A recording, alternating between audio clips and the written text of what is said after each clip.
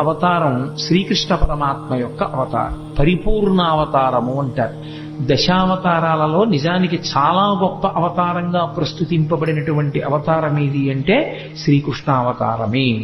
ఎందుచేత అంటే అవతారములన్నీ ఒకెత్తైతే అవతారములన్నిటిలోకి గొప్పదిగా ఏది స్తుతింపబడుతుంది అంటే పరిపూర్ణావతారమే ప్రస్తుతి చేయబడుతుంది. ఎందుచేత అన్నదానికి నేను మీతో మొన్న మనవి చేశాను. పరిపూర్ణావతారమునందు సమస్తము కూడా లీనమవుతాయి. ఆ అవతారంలోకి అన్నీ కృష్ణ పరమాత్మలోకి వెళ్ళిపోతాయి. అందుకే అన్ని మాటలు విశ్వరూపం చూపిస్తారు. అసలు కృష్ణ పరమాత్మ యొక్క ఆవిర్భావమే చాలా ఆశ్చర్యకరం. మిగిలిన అవతారాలలో పుట్టిన తరువాత లీలలుంటాయి, కానీ శ్రీకృష్ణ పరమాత్మ అవతారంలో అసలు ఆయన పుట్టడమే ఒక లీల. లీల అన్న మాటని కొంచెం జాగ్రత్తగా అర్థం చేసుకోవాలి.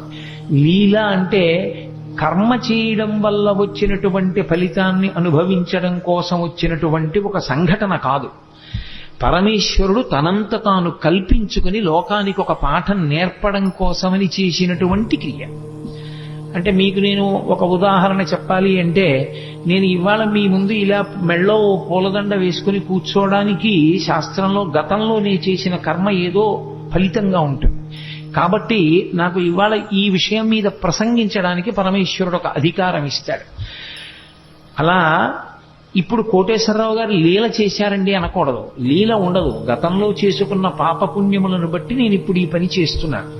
నాకు ఏదో మోకాలు నిప్పెట్టింది అనుకోండి, గతంలో ఎప్పుడో ఏదో చేసిన పాపం ఉంది, దానికి పరమేశ్వరుడు ఇప్పుడు మోకాలు నిప్పెట్టేటట్టుగా చేసి ఆ పాపాన్ని తీసేస్తాడు. అంతేగాని నాకు మోకాలు నిప్పి రావడం లీల అనకూడదు. అవి నేను గతంలో చేసుకున్న కర్మల యొక్క ఫలితాలు. పాపము కానీ పుణ్యము కానీ అనుభవంలోకి వస్తుంది, సుఖ దుఃఖములుగా వస్తుంది. నేను పుట్టడం కర్మ. నేను ఒక మనుష్యునిగా పుట్టాను అంటే గత జన్మలో చేసుకున్న కర్మను అనుసరించి పరమేశ్వరుడు నాకు మనుష్య జన్మనిస్తాడు. భగవంతుడు పుట్టడం కర్మ కాదు, లీల. ఎందుచేత అంటే లోకోద్ధరణ కొరకు శరీరమును తీసుకోవలసిన అవసరం లేని పరమాత్మ శరీరాన్ని స్వీకరిస్తాడు. ఆయన కృష్ణ పరమాత్మ యొక్క జననమే ఒక లీల. ఎందుచేత అంటే రామావతారంలో ఆయన ఎక్కడ చతుర్భుజుడై శంఖచక్ర గదా పద్మములతో కనపడలేదు పుట్టినప్పుడు. కానీ కృష్ణావతారంలో అలా కాదు. అసలు గర్భస్థమైనటువంటి కృష్ణ పరమాత్మని స్తోత్రం చేయడానికి దేవతలందరూ వెళ్ళారు. పైగా అసలు కృష్ణ పరమాత్మ పుడుతున్నాడన్న విషయం, ఆ 8వ గర్భానికి కంసుడు చచ్చిపోతాడన్న విషయం 8 గర్భాల ముందు లోక విదితం. కంసుడు అక్కర్లేని పనిని ఒకదాన్ని స్వీకరించాడు.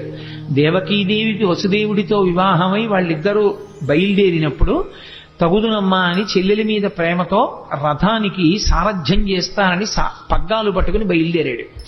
రథం వెళ్ళిపోతోంది. అశరీరవాణి పలికింది, ఒరే నువ్వు ఎంతో సంతోషంగా ఈమెని తీసుకెడుతున్నావు, కానీ ఈమె యొక్క కడుపున 8వ వాడుగా ఎవడు జన్మిస్తాడో వాడి చేతిలో నువ్వు మరణిస్తావు.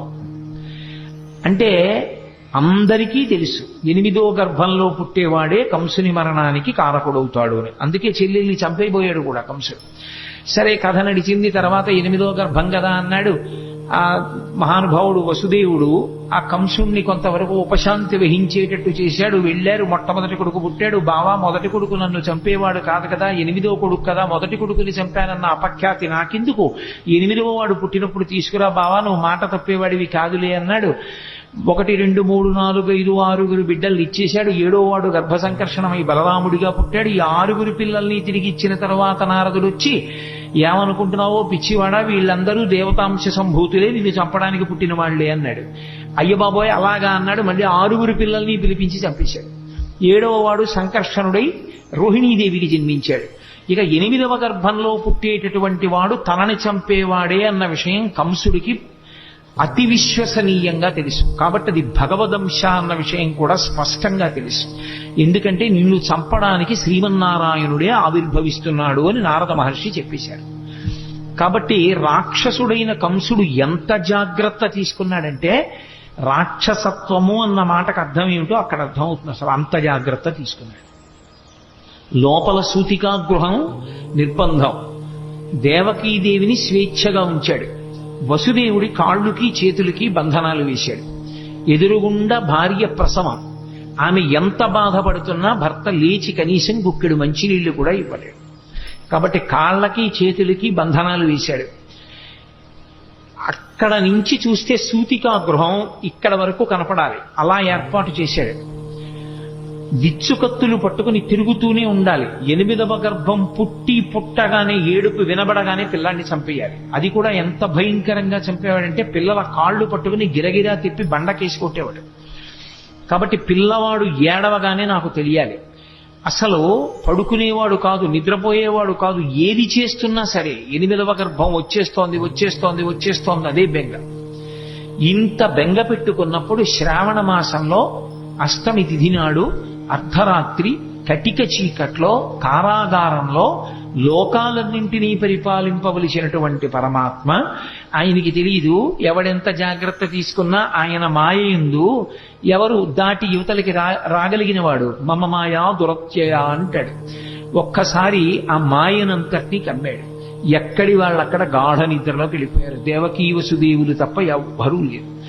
ఆఖరికి చిత్రం ఏమిటంటే దేవకీదేవి గర్భమునందున్నటువంటి శ్రీమన్నారాయణుణ్ణి 33 కోట్ల మంది దేవతలు చతుర్ముఖ బ్రహ్మగారితో కలిపి వచ్చి స్తోత్రం చేశారు.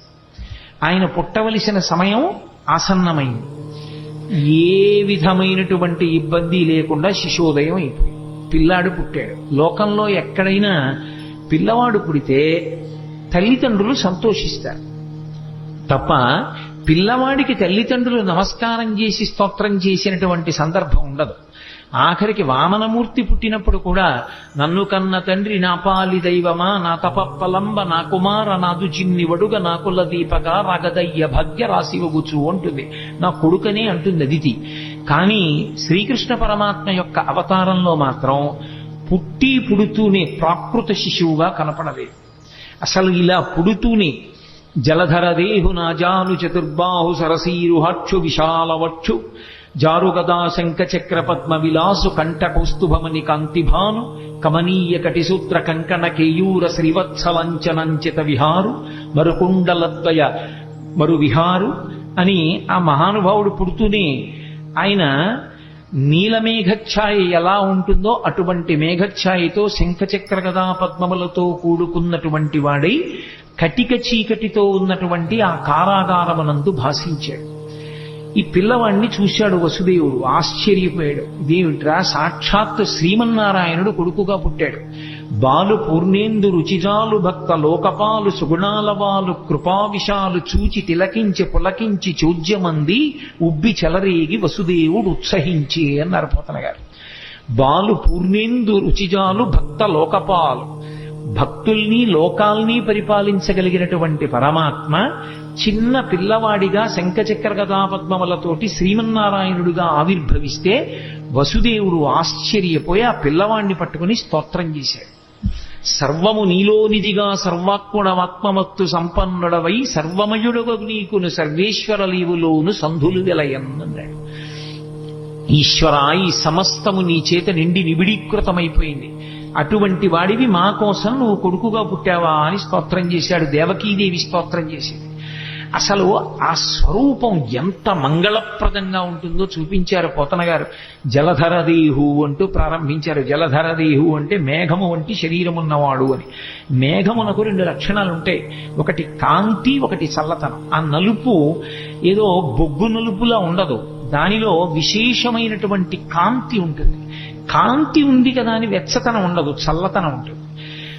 ఆయన యందు 2 ఉన్నాయి. ఒకటి కాంతి భా, అదే ఆచార్యతత్వమై కృష్ణం వందే జగద్గురుం అయింది. రెండవది చల్లతనం, అదే భక్తుల్ని పరిపాలించేటటువంటి గుణంగా ప్రకాశించింది. అందుకే శ్రీకృష్ణ పరమాత్మ పాండవులని ఆదుకోవడానికి పడినటువంటి కష్టాలు అన్నీ ఇన్నీకో, అన్ని కష్టాలు పడ్డాడు మహానుభావుడు. జలధరదేహు నాజాను చతుర్బాహు సరసీరుహక్షు విశాలవక్షు జారు గదా శంఖ చక్ర పద్మ విలాసు కంఠ కౌస్తుభమణి కాంతిభాను కమనీయ కటిసూత్ర కంకణ కేయూర శ్రీవత్సలంచనంచిత విహారు మరుకుండల ప్రభాయుత కుండల లలాటు వైఢూర్య మణిగణ వరకిరీటు బాలు పూర్ణేందు రుచిజాలు భక్త లోకపాలు సుగుణాలవాలు కృపావిశాలు చూచి తిలకించి పులకించి చూజ్యమంది ఉబ్బి చెలరేగి వసుదేవుడు ఉత్సహించే అని ఆ చిన్ని కృష్ణుణ్ణి చూసినటువంటి వసుదేవుడు పరమ సంతోషాన్ని పొందాడు. దేవకీదేవి అంత ఆనందాన్ని పొందింది.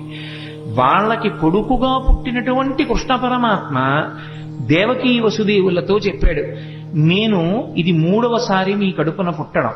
ఏ తల్లిదండ్రులు కన్నారో ఆ తల్లిదండ్రులకు తెలియదు.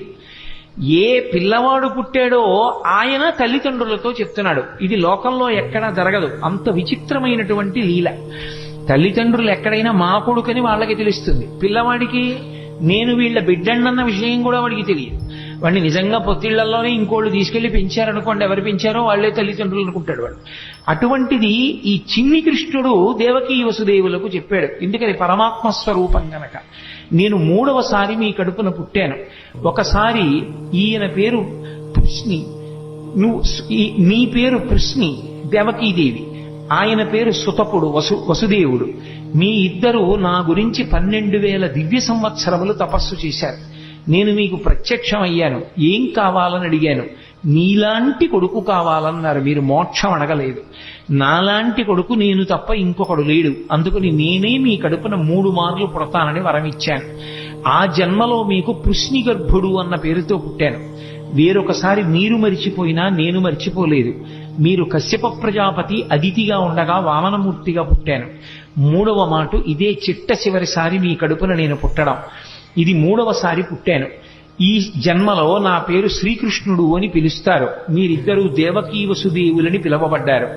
ఈ 3వ జన్మలో నేను శ్రీకృష్ణ పరమాత్మగా మీ కడుపున ఆవిర్భవించినప్పుడు చేసినటువంటి లీలల్ని మీరు నిరంతరం స్మరించిన కారణం చేత మీ మనసుని పట్టినటువంటి పాపరాశి ధ్వంసమై ఇక మళ్లీ పుట్టవలసిన అవసరం లేని పునరావృత్తి రహిత శాశ్వతమైనటువంటి శివసాయుజ్య స్థితిని మోక్ష రూపంలో మీరు పొందుతారు. కాబట్టి నా లీలను స్మరించడమే మీకు ఉత్తమోత్తమైనటువంటి లక్షణం అన్నాడు. పరమాత్మ ఆ జన్మలో వాళ్ళకి పిల్లాడిగా పుట్టి కూడా నేను మీ దగ్గర పెరగను. ఓ వసుదేవా, నువ్వు నన్ను తీసుకుని తల మీద పెట్టుకో. తెలుగు భాగవతంలో అయితే ఆంధ్ర భాగవతంలో గుండెల మీద పెట్టుకున్నాడు అని. నన్ను తీసుకుని ఈ అంతఃపురం నుంచి బయటికి వెళ్ళిపో. రాజ్యానికి సరిహద్దులో యమునా నది ప్రవహిస్తోంది మధురా నగరం దగ్గర. ఆ యమునా నది త్రోవ ఇస్తుంది, దాటి నందవ్రజానికి చేరుకో.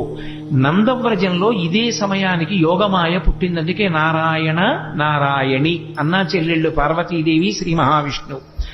యోగమాయ పుట్టి ఉన్నది. నన్ను తీసుకెళ్లి అక్కడ పడుకోబెట్టి ఆ ఆడపిల్లని తీసుకుని మళ్ళీ వెనక్కి వచ్చేసిన తరువాత మళ్లీ నువ్వు అంతఃపురంలోకి వచ్చి కాళ్ళకి చేతులకి సంకెళ్ళు పడిపోయి యథాస్థితిని పొందిన తరువాత ఆడపిల్ల ఏడుస్తుంది. ఏడిచిన తరువాత కంసుడు లేస్తాడు. కాబట్టి నన్ను తీసుకెళ్లి నందవ్రజంలో విడిచిపెట్టాయి అన్నాడు. సరేనన్నాడు. ఆ పిల్లవాడిని తీసుకున్నాడు. బయటికి బయలుదేరాడు. ఆశౌరికి తెరవసగెను ప్రకాశోద్దత తుంగ భంగ కలిత ధరా సాకాశయగు యమున మును సీతేశునకు పయోధి త్రోవ ఇచ్చిన భంగిన్నన్నారు పోతన గారు. సముద్రం ఎలా రామచంద్రమూర్తికి దారిచ్చేసిందో అలా యమునా నది కూడా దారిచ్చేసింది. ఎవరికి? కృష్ణ పరమాత్మని తల మీద పెట్టుకున్నటువంటి వసుదేవుడికి. అందుకే రామచంద్రమూర్తికి ఎక్కువ సంబంధం గోదావరి సరయూ నది. కృష్ణ పరమాత్మకి ఆద్యంతము సంబంధము యమునా నది. యమునా నదితో ఆయనకి సంబంధం ఉండడానికి కారణం ఒక్కటే. యముడు యమున వీళ్ళిద్దరూ అన్నా చెల్లి. వీళ్ళిద్దరూ సూర్య భగవానుడి యొక్క బిడ్డలు. యమున ముందుకు నడిచి వెళ్ళిపోతూ ఉంటుంది. కాలము వెనక్కి రాదు. గంగ అలా కాదు. గంగ ముందుకు వెళ్ళి వెనక్కి వెడుతుంది. కాశీలో దక్షిణానికి వెడుతున్న గంగ మళ్ళీ వెనక్కి తిరిగి ఉత్తరానికి వెళ్ళింది. గంగ దక్షిణానికి వెళ్ళింది అంటే జనన మరణ శోక సంసార స్వరూపం. ఉత్తరానికి తిరగడం అంటే మృత్యువునంత పోగొట్టగలిగినటువంటి పరమేశ్వర స్థానాన్ని, కైలాసాన్ని చూడడం. అక్కడ తిరిగింది కాబట్టి ఉత్తరానికి కాశీపట్టణంలో ప్రవహించేటటువంటి గంగకి ఒక ప్రత్యేకమైనటువంటి ప్రాముఖ్యత ఏర్పడింది. అందుకే కాశీగంగా అంటుంటారు. యమున అలా కాదు, ముందుకే వెడుతుంది. అందుకే యమున కాలస్వరూపం.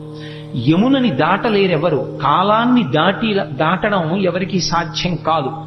కాలమును దాటేశాడు అంటే ఇక పుట్టడు అని గుర్తు. మోక్షాన్ని పొందాడు అని. కాలమునందు పడిపోయి మళ్ళీ కాలమునందు పుడుతూ ఉంటాడు. పునరపి జననం పునరపి మరణం పునరపి జననీ జఠరే శయనం. కానీ ఎవరు కృష్ణ పరమాత్మని తలయందు ధరిస్తారో వారు మాత్రము కాలము దారిచ్చేస్తుంది. అంటే ఇక వాళ్ళు పుట్టవలసిన అవసరం ఉండదు. అందుకే రాసలీల కూడా ఎక్కడ చేస్తాడు అంటే యమునా నది ఒడ్డునే చేస్తాడు. రాసలీల అంటే ఏదో ఒళ్ళు కొవ్వెక్కి ఆడవాళ్లతో కలిసి ఆడినటువంటి క్రీడ కాదది. రాసలీల అంటే ఎంతమంది జీవులు తరించడానికి సిద్ధంగా ఉన్నారో, ఎంతమంది ఆ భక్తి పరిపక్వతని పొందారో అంతమంది పరమాత్మ యొక్క బ్రహ్మానందాన్ని అనుభవించేటటువంటి స్థితిని భాగవతంలో రాసలీలా ఘట్టంగా తీసుకొచ్చారు. అందుకే అంగనామంగనా మంతరే మాధవం అంటాడు లీలాశుకుడు. ఇటు పక్కన ఒక అంగన, ఇటు పక్కన ఒక అంగన ఉంటే మధ్యలో కృష్ణుడు ఉంటాడు. కృష్ణుడికి మధ్యలో అంగన ఉంటుంది. అంటే ఎంతమంది జీవులు బ్రహ్మానంద స్థితిలో ఉంటారో అంతమందిని బ్రహ్మానంద స్థితిలో పరమేశ్వరుణ్ణి అనుభవిస్తూ ఉంటారు. ఆ స్థితిని ఆవిష్కరించేటటువంటి అద్భుత ప్రక్రియ రాసలీల.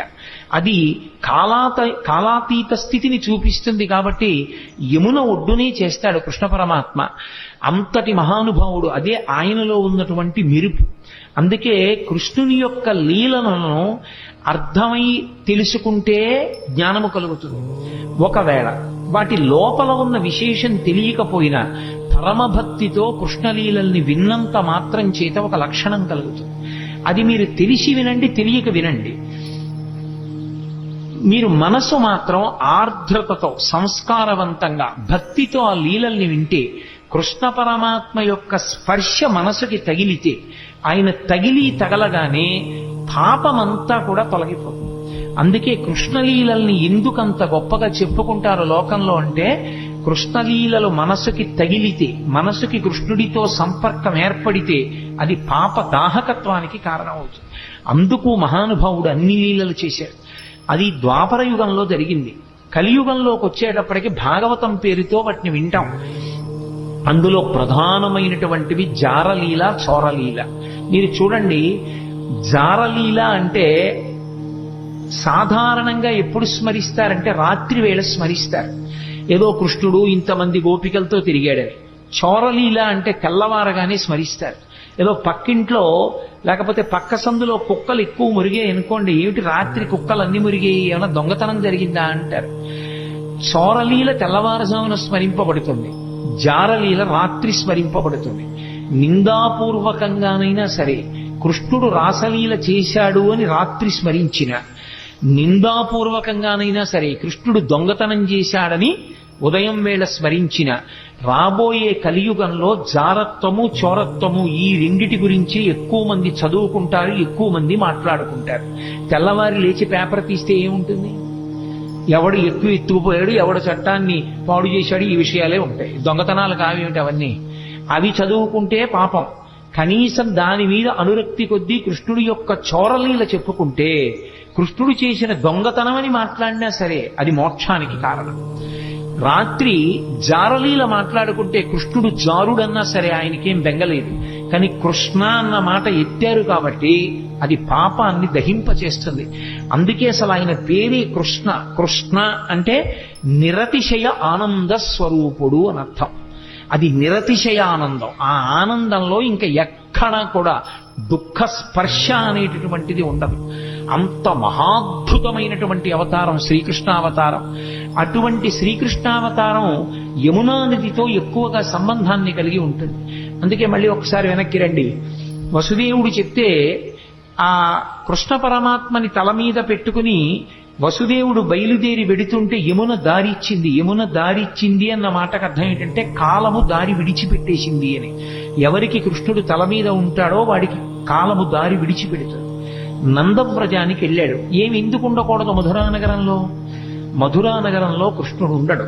ఎంతకాలం ఉండడు? కృష్ణుడు ఎంతకాలం ఉండడు అంటే కంసుడు ఉన్నంత కాలము కృష్ణుడు ఉండడు. కంసుడు మధురని విడిచిపెట్టేస్తే, కంస సంహారం అయిపోతే కృష్ణుడు మధురలోనే ఉంటాడు. కంసుడు మధురని పరిపాలించినంత కాలం కృష్ణుడు నందవ్రజంలో ఉంటాడు. దాని అర్థం ఏమిటంటే మధ్యలో యమునా నది ఉంటుంది. నందవ్రజంలో ఉండడము అన్న మాటకు అర్థం ఏమిటంటే ఎప్పుడూ భగవద్భక్తితో అరమరికలు లేకుండా సంతోషంగా ఉండేటటువంటి వాళ్ళు సద్గుణోపేతులు ఎక్కడున్నారో అక్కడ భగవానుడు ఉంటాడు.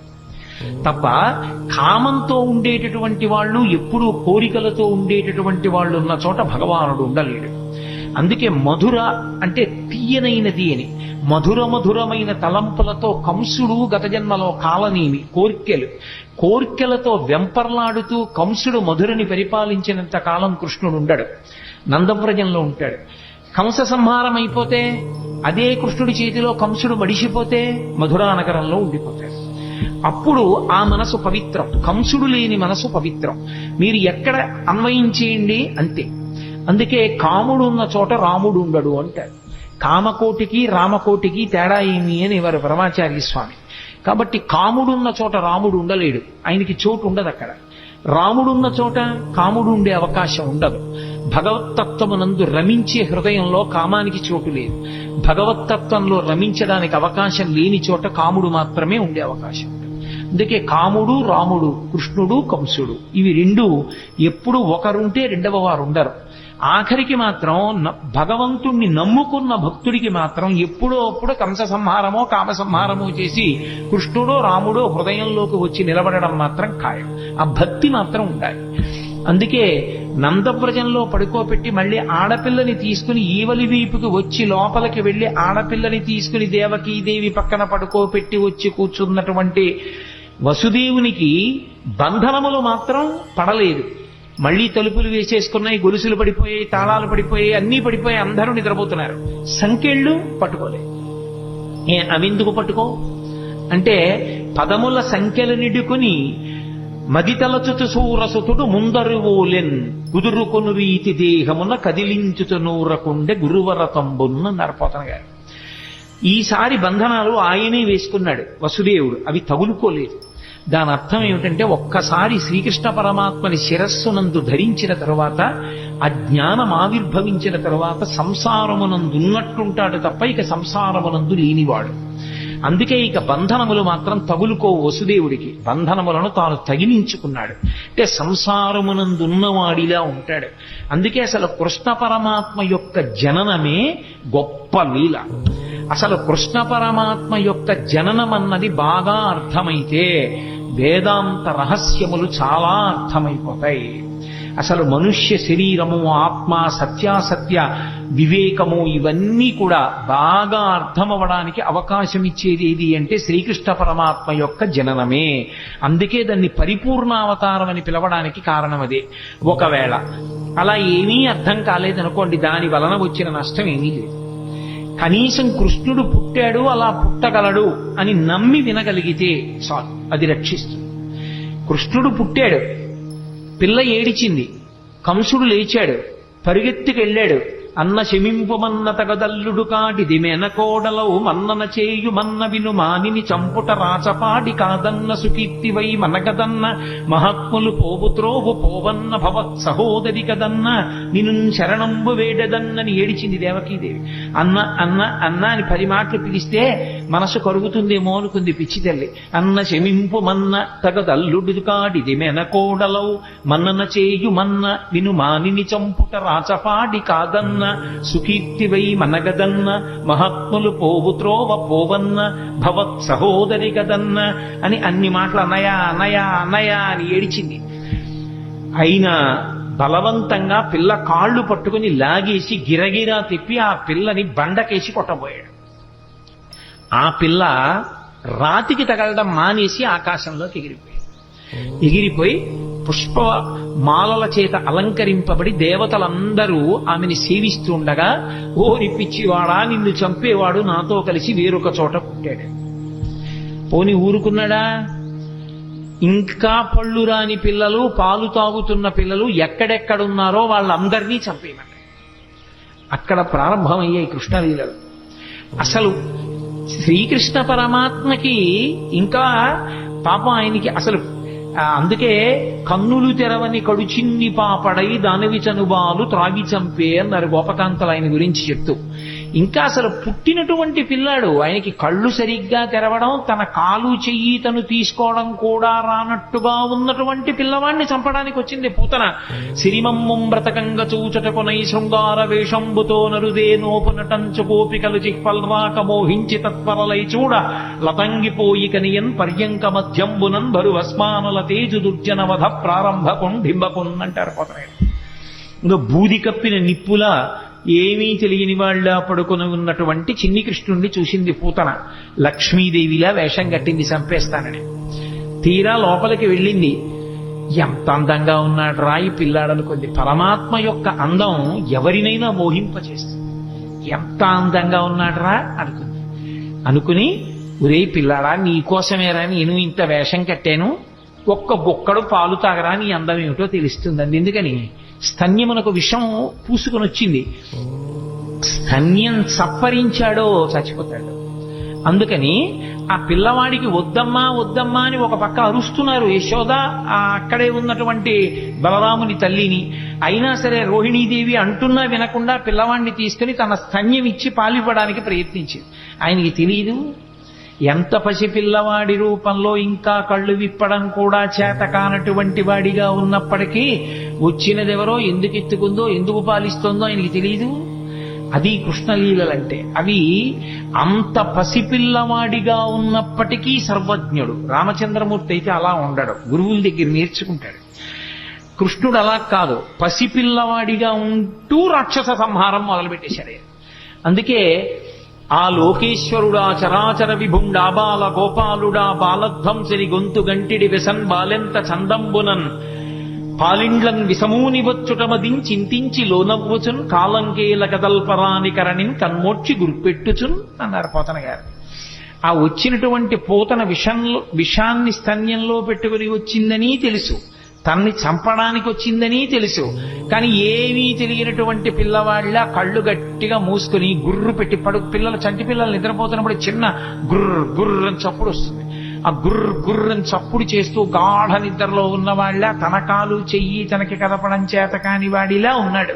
ఎందుకని పిల్లలకు అలవాటు ఉంటుంది, ఈ బొటనవేలు ఇక్కడికి తెచ్చి నోట్లో పెట్టుకోవాలని వాళ్ళ తాపత్రయం. కానీ వాళ్ళ చెయ్యే, వాళ్ళ నోరే, కానీ ఈ చెయ్యి ఇక్కడికి వెళ్ళదు. ఎందుకంటే వాళ్ళకి ఆ బలం ఉండదు. లేక చెయ్యి ఇలా ఇలా ఇలా ఇలా పోతుంది. పోయి ఇక్కడ పెట్టుకుందాం అంటే ఇలా పోతుంది. అది పోయేటప్పటికి వాడు ఏదో ఇంకొకడెవడో వాడి చెయ్యి లాగేశాడన్నట్టుగా ఏడవడం మొదలు పెడతాడు. కాలంగేల కదల్పరాని కరణిం కన్మోడ్చి గుర్పెట్టుచున్. తన కాలు చెయ్యి తనకి సక్రమంగా కదపడం చేత కాని పిల్లవాడు ఎలా ఏడుస్తాడో అలా అంత అమాయకంగా ఉన్నవాడు ఇలా నిద్రపోతున్నప్పటికీ కూడా తనకి పాలివ్వడానికి వచ్చినటువంటి పూతనా స్తన్యముల ఎందు విషం పెట్టుకుని వచ్చిందని తెలుసుకున్నటువంటి పరిపూర్ణ జ్ఞానము కలిగినటువంటి కృష్ణ పరమాత్మ అక్కడ పక్క మీద అలా పడుకుని నిద్రపోతుంటే ఏమీ తెలియని దానిలా వచ్చి ఎత్తుకుని పాలివ్వడం మొదలుపెట్టి. నిజంగా ఆ చిన్ని కృష్ణుని యొక్క మూర్తి మన మనస్సు మీద ముద్రపడాలని పోతన గారి తాపత్రయం. ఎంత లైవ్ టెలికాస్ట్ ఆయన ప్రసారం చేశారు. శాబ్దిక ప్రత్యక్ష ప్రసారం భాగవతం. మేల్కొన్న తెలగున మెర్లన కరువిచ్చి క్రిగంట చూచుచు గిదిసి నీల్గి ఆవులించుచు చేతులాక సంబున జాచి యొదిగిలియ కన్న యోజనూది బిగిచన్ను కబకేల కబళించి పీడించి గొక్క గొక్కకు గుటుకు గుటుకు మనుచు ఒక రెండు గుక్కలను విధ ప్రాణముల సైతము మేనిలో సత్వమెల్ల త్రావినదియును గుండెలు తల్లడిల్ల ఇతర బాలుర క్రియవాడ వీవు కావు చన్ను విడువుము విడువుము చాలుననుచు. ఆ పిల్లవాడికి చిన్ని కృష్ణుడు నిద్ర లేచినటువంటి సందర్భాన్ని అంత హృద్యంగా వర్ణించారు. బాగా నిద్రపోతున్న పెద్దవాడిని వెళ్ళి లేపామనుకోండి, బుద్ధిందా లేదా, ఎందుకు అలా లేపుతామని కోప్పడతాడు. పసిపిల్లలు అలా కాదు, బాగా నిద్రపోతున్నా వీడు పొద్దున్న ఎప్పుడో 7ంటికి పాలు తాగాడు, కానీ ఇవాళ ఏమిటి ఇలా గుర్రు పెట్టి నిద్రపోతున్నాడు, వీడు 9 అయిపోయింది, పిల్లాడికి ఆకలిస్తుందని అమ్మ లేపేస్తుంది. లేపేసి పాలిద్దామని ఒళ్ళో పడుకోబెట్టుకుంటే వాడు ఏం ఏడవాడు లేపేసిందని. కానీ వాడి ఎంత బద్ధకం, ఏదో పెద్ద అలిసిపోయిన వాళ్ళలాగా ఆ విప్పలేక కళ్ళు విప్పినటువంటి వాళ్ళలాగా ఆ కళ్ళు ఇలా విప్పి ఇలా విన్నుపం ఇలా విరుచుకుని గిదిసి నీల్గి ఆవులించుచు చేతులు అకసంబున చాపి ఆ చిన్ని నోరింత ఆవలించి 2 చేతులు ఇలా ఆకాశంలోకి ఎత్తి ఏమిటో ఇలా ఆడించి ఓసారి చేతులాకసంబున జాచి యొదిగిలియాకొన్న యోజనూది బిగిచన్ను కవకేల కబళించి పీడించి గొక్కకు గుటుకు మనుచు. పోతన గారికి వినపడింది ఆ గుటుక్కుమన్న చప్పుడు కూడా. ఆ స్తన్యాన్ని ఆ చిన్ని పూల పొట్లం లాంటి చేత్తో పట్టుకుని గుటుక్కుమంటూ 2 గుక్కలు తాగాడు అంతే. ఇప్పటి వరకు అందరికీ పాలిచ్చి చంపిన పూతన ఇతర బాలుల క్రియవాడవివు కావు. ఓరి నాయనో, ఎంతో మందిని చంపాను కానీ నువ్వేమిట్రోయ్ 2 గుటకలు లాగేటప్పటికి నా ప్రాణాలన్నీ పోతున్నాయి, వదులు అంటోంది ఆవిడ. గుక్కకు గుటుకు మనచు ఒక 2 గుక్కల నువిధ ప్రాణముల సైతము మేనిలో సత్వమెల్ల త్రావె నదియును గుండెలు తల్లడిల్ల ఇతర బాలుల క్రియవాడవివు కాదు. చన్ను విడువుము చాలు నవ్వచ్చు. చాలు వదిలేరా అని ఆవిడంటుంది. పట్టి విడవరాదు నా చెయ్యని ఆయన వదిలిపెడతాడా? ఆయన విడిచిపెట్టలేదు. ఆఖరికి ఆ శరీరం 13 కిలోమీటర్ల దూరం పడిపోయింది పోతన. అవి బాల్య లీలలంటే కృష్ణుని యొక్క లీలలు అంత అద్భుతంగా ఉంటాయి.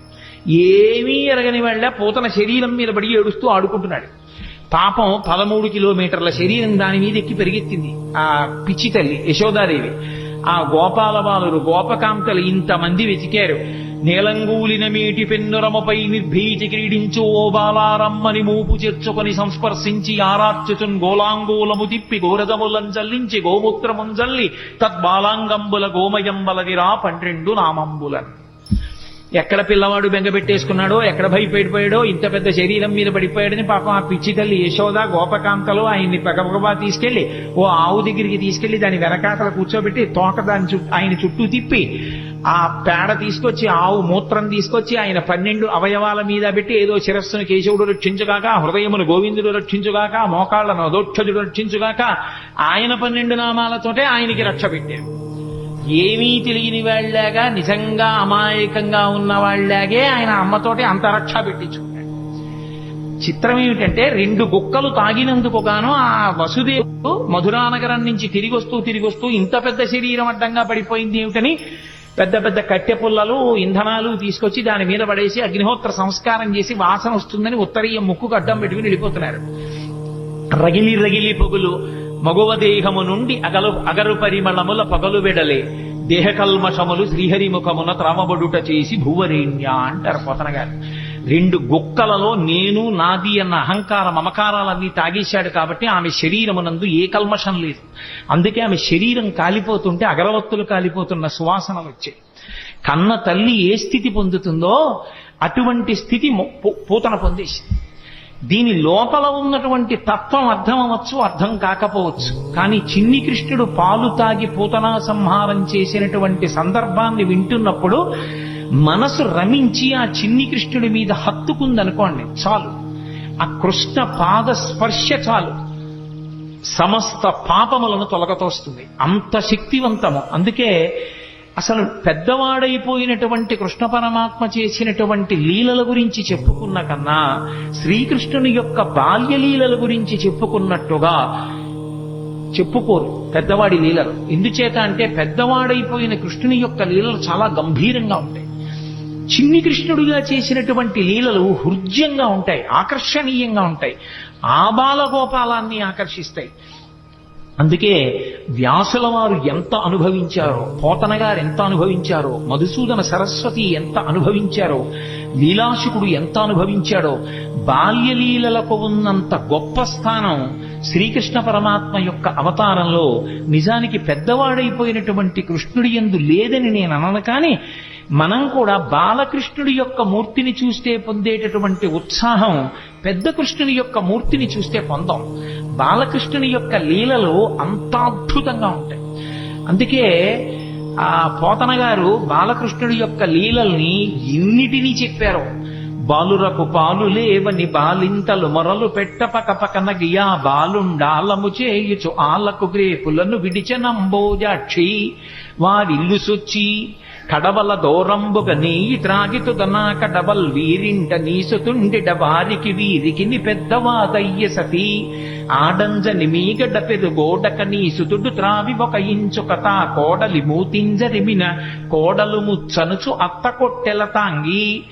నేను వీటికి అర్థాలు చెప్పక్కర్లేదు, మీకు ఆ పద్యం చదువుతుంటేనే అర్థమైపోతుంది. స్వార్థపరులైనటువంటి అత్తాకోడళ్ళు కడవల్లో వెన్న దాచుకునేవారు.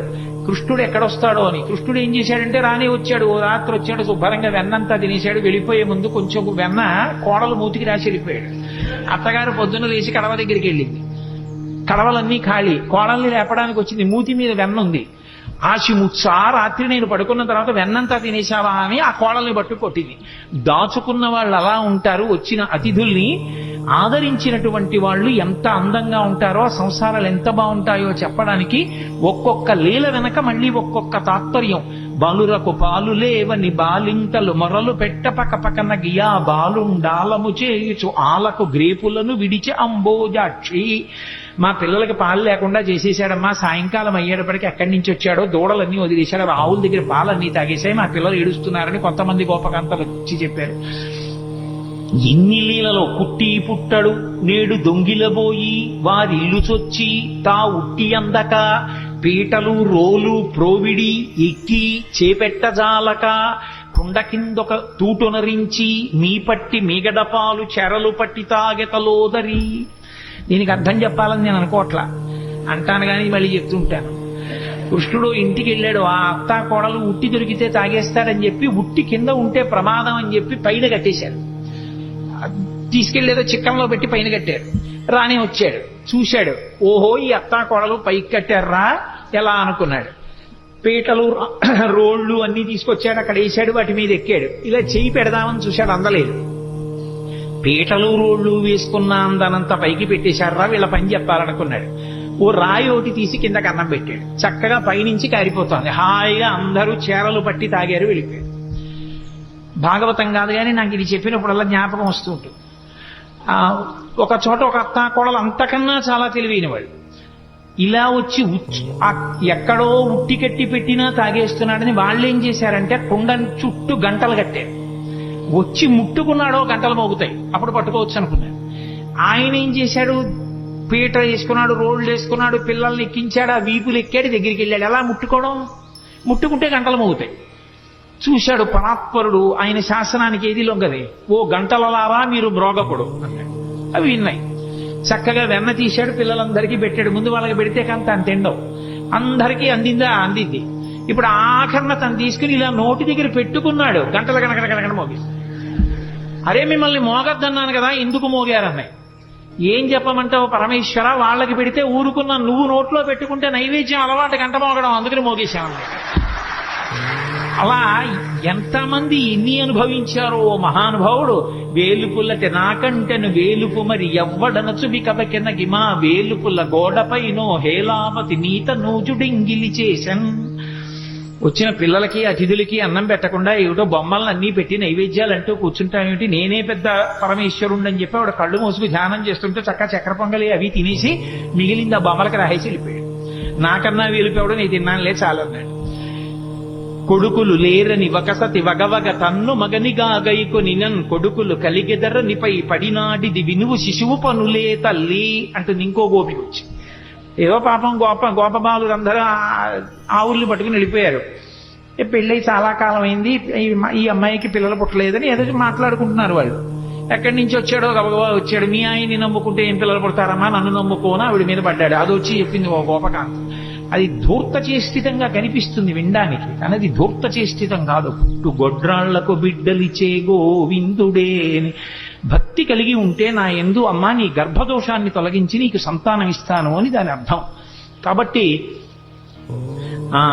చేబంతి తప్పెపడనని ప్రాబల్యము తోడ వచ్చి భవనము వెనుకన్ మా పట్టి జలకమాటగ మీ బిడ్డడు వలువ తెచ్చిన లతకతగునే అంటుంది ఓ గోపికొచ్చి. పడతి నీ బిడ్డడు మా కడవలలో నున్న మంచి కాగిన పాల పడచులకు ఓసి చిక్కిన కడవలపో నడిచ యాజ్ఞ కలదో లేదో అంటుంది ఇంకో గోపికొచ్చి. ఎంతమంది ఎన్ని చాడీలు చెప్పారో.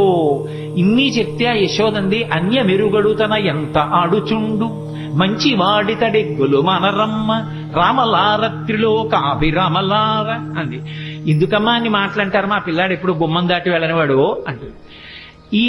అంటే ఇప్పుడు నేను భాగవతం అంతా నేను ఎక్కడ చెప్పను, మీరందరూ విన్నవాళ్ళే. ఒక్కొక్క లీల వెనక మళ్ళీ ఎంతో పరమార్థం. ఆ పరమార్థం అర్థమైనా అర్థం అవ్వకపోయినా ఇప్పుడు నేను లీల ఒకటి చెప్తుంటే మీ అందరూ పక్కున నవ్వారు. పక్కున నవ్వారంటే మీ మనసుని స్పృశించిందా లేదా లీల? ఆ చిన్ని కృష్ణుని యొక్క పాదం తగిలింది, ఆయన మనసులోకి వెళ్ళాడు. ఆయన మనసులోకి ప్రవేశించిన ఉత్తర క్షణంలో పాపం ధ్వంసం అవుతుంది. అందుకోసం భాగవత శ్రవణం చేస్తారు. అందుకే భాగవతం సప్తాహంగా వింటూ ఉంటారు. భాగవతం సప్తాహంగా వినడానికి కారణం ఏమిటి అంటే 7 రోజులుగా వినడానికి కారణం 8 రోజు వినకూడదని కాదు. ఎవరు ఎంతకాలం బ్రతికినా బ్రతికేది 7 రోజులే. 70 ఏళ్ళు ఉండనివ్వండి, 80 ఏళ్ళు ఉండనివ్వండి, 100 ఏళ్ళు ఉండనివ్వండి. ఆది సోమ మంగ బుధ గురు శుక్ర శని తప్ప బతకడానికి 8వ రోజు లేదు, చావడానికి 8వ రోజు లేదు.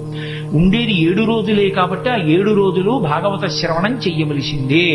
భాగవత శ్రవణం చేస్తే పరమేశ్వరుని యొక్క అవతార కథలు, కృష్ణ పరమాత్మ యొక్క కథలు వింటే పాపరాశి ధ్వంసం అవుతుంది. కాబట్టి ఆ పాపరాశి ధ్వంసం అవడానికి మార్గం శ్రీకృష్ణ పరమాత్మ యొక్క లీలలు వినడమే. కాబట్టి భాగవత శ్రవణం చేస్తూ ఉంటారు.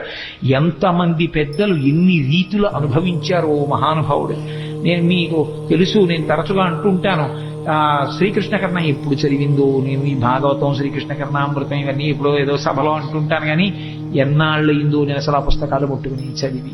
ఇక్కడ ఏదో కృష్ణావతారం అని ఇవాళ పరమేశ్వరుడు జ్ఞాపకానికి తెస్తున్నాడు కాబట్టి ఆ పద్యాలు చేస్తున్నాను అంతేగాని శ్రీకృష్ణ కర్ణామృతంలో ఆ కృష్ణ పరమాత్మ యొక్క లీలలు ఎంత అద్భుతంగా ఆవిష్కరిస్తాడో. ఓ చోట అంటాడు లీలాశకుడు, ఏదో ఒక గోపకాంత చాలా కాలం అయిపోయింది, ఎవరింట్లోనూ చిక్కపట్టలేదు ఈ కృష్ణుడు, వస్తున్నాడు వెన్నెత్తుకుపోతున్నాడు, ఎలా అయినా పట్టుకోవాలి. యశోద మా అబ్బాయి అలాంటి తప్పులు చేయడం మాని కదా అంటోంది. రెడ్ హ్యాండెడ్ గా పట్టుకున్నాడంటారే, అలా వెన్న చేత్తో ఉన్న కృష్ణుడిని పట్టుకోవాలనుకో అని కావాలని కడవ తీసుకెళ్లి గుమ్మం దగ్గర పెట్టి వస్తాడుగా. భలే దొరికేర్రా వీళ్ళు ఎవరో అనుకుంటాడు. వస్తాడు, తను తలుపు చాటును నించుంది, పట్టుకుంటాడు. ఈసారి ఈ ఉత్తి చేత్తో ఉంటే మళ్ళీ అమ్మో ఏం దబాయిస్తాడో, కొంచెం నోటికి కూడా పూసుకున్నాక పట్టుకుంటాననుకో. తలుపు చాటున నించుని చూస్తుందో వచ్చేసాడు. వచ్చేస్తే తెలిసిపోతుంది. అదేంటి ఏదో చిరు మువ్వ గజ్జెలు చిన్ని కృష్ణ నిన్ను నే కోరి కొలుతూ అన్నట్లుగా ఆ గజ్జెలు పెట్టుకుని వస్తాడు చప్పుడు చేసుకుంటూ. వచ్చి వెనకాల పిల్లలందరూ వస్తారు. ఆవిడ పక్కనే ఉంది పట్టుకుందామని. తెలియదు కదా, తెలియదని మనం అనుకోవాలి అందాక. అందుకు తెలియదు ఆ పక్కనే ఉంది గోపిక పట్టుకోవడానికి. అందుకని ఒక్కొక్కళ్ళని సంజ్ఞ చేశాడు. వచ్చేశాడు, తీస్తున్నాడు, పెడుతున్నాడు, చక్కగా ఒక్కొక్కడు పుచ్చుకుంటున్నాడు. బఫే భోజనంలా ప్లేట్ పెట్టుకుని వెళ్ళిపోతున్నాడు తినడానికి. ఆఖరణ అందరే అయిపోయింది లైన్, ఎవరు లేరు కాబట్టి ఇప్పుడు తను తినచ్చు. కూర్చుని అలాగో గోపికలు లేరు, ఈ ఇంట్లో పిచ్చేళ్లు బయట పెట్టి వెళ్ళిపోయారని చెప్పి చక్కగా తీసుకుని ఇలా నోట్లో పెట్టుకున్నాడు. పెట్టుకోగానే గోపిక వచ్చి పట్టుకుని ఆ కృష్ణుణ్ణి చూసింది. పిల్లాడు కదా, భయపడిపోయి ఇలా అనాలి, ఏమీ అనలేదు, ఇలా చూశాడు. అయ్య బాబాయ్ ఇదేమిటి ఇంత ధైర్యం అనుకుని అసలు ఏమంటాడో చూద్దామని కస్తంబాల, ఎవరు పిల్లాడా నువ్వు, తెలుసు కృష్ణుడని, ఎవరు నువ్వు అని. ఆయన ఏమనాలి, నేను కృష్ణుడిని అనాలి. ఆయన కృష్ణుడిని అనలేదు. బలానుజ, బలరాముడి తమ్ముడిని అన్నాడు. మధ్యలో ఆయన ఊసేందుకు? ఆయన ఏమైనా వచ్చాడా, తిన్నాడా, దొంగతనాలు చేశాడా? అంటే ఎక్కువ మందిని ఇన్వాల్వ్ చేస్తే శిక్ష తక్కువ పడుతుంది. అందుకని పాపం ఏ పాపం ఎరగని అన్నగారిని తీసుకొచ్చాడు. నా పేరు చెప్పడం మానేసి అన్నయ్య పేరు చెప్పడం. కస్తంబాల బలానుజ. అమ్మ బాబోయ్, గుండెలు తీసిన బంటు, నీ పేరేమిటంటే బలరాముడి తమ్ముడిని అంటున్నాడు, తన పేరు చెప్పట్లేదని ఆవిడ కిమిహతే, ఇక్కడికి ఎందుకు వచ్చావు? ఓసారి ఇలా చూసి, ఓ మా ఇల్లు కాదా, మన్మందిరాశంకయ, మా ఇల్లు అనుకున్నాను.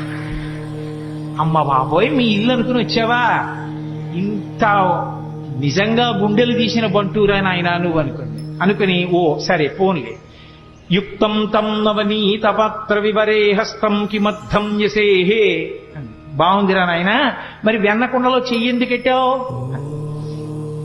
ఆయన అన్నాడు వెంటనేను, అమ్మా కాసేపు గట్టిగా మాట్లాడుకుంటా ఉంటావా? మాతకంచన వత్సకం మృగయితం మాదా విషాదం క్షణ ఇత్యేవం వరవల్లవీ ప్రతివచ కృష్ణస్య పుష్ణాతునః.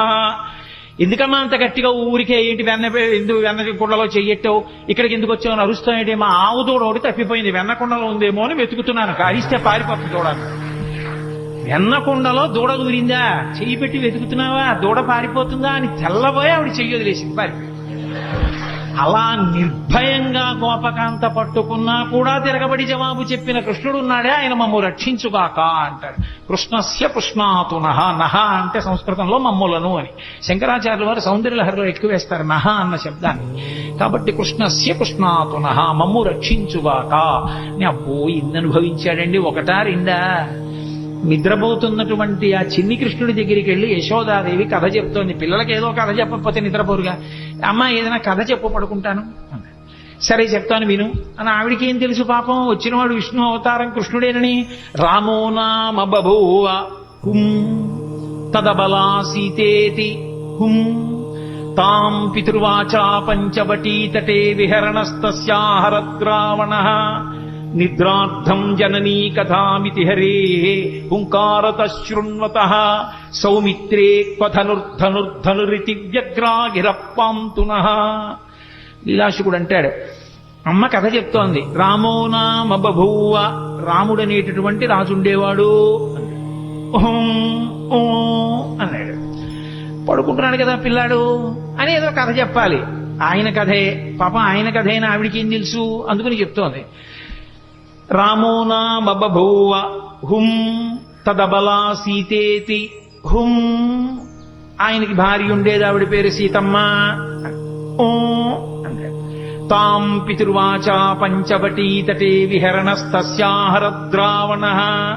తండ్రి అయినటువంటి దశరథ మహారాజు గారు కైకమ్మకిచ్చినటువంటి వరాన్ని సత్యం చేయడం కోసం 14 సంవత్సరముల అరణ్యవాసం చేయడం కోసం తమ్ముడైన లక్ష్మణస్వామితో భార్య సీతమ్మతో కలిసి రామచంద్రమూర్తి అరణ్యవాసానికి వెళ్ళినప్పుడు ఆ జనస్థానంలో సీతమ్మ తల్లిని రావణాసురుడనేటటువంటి రాక్షసుడు అపహరించాడు అంది.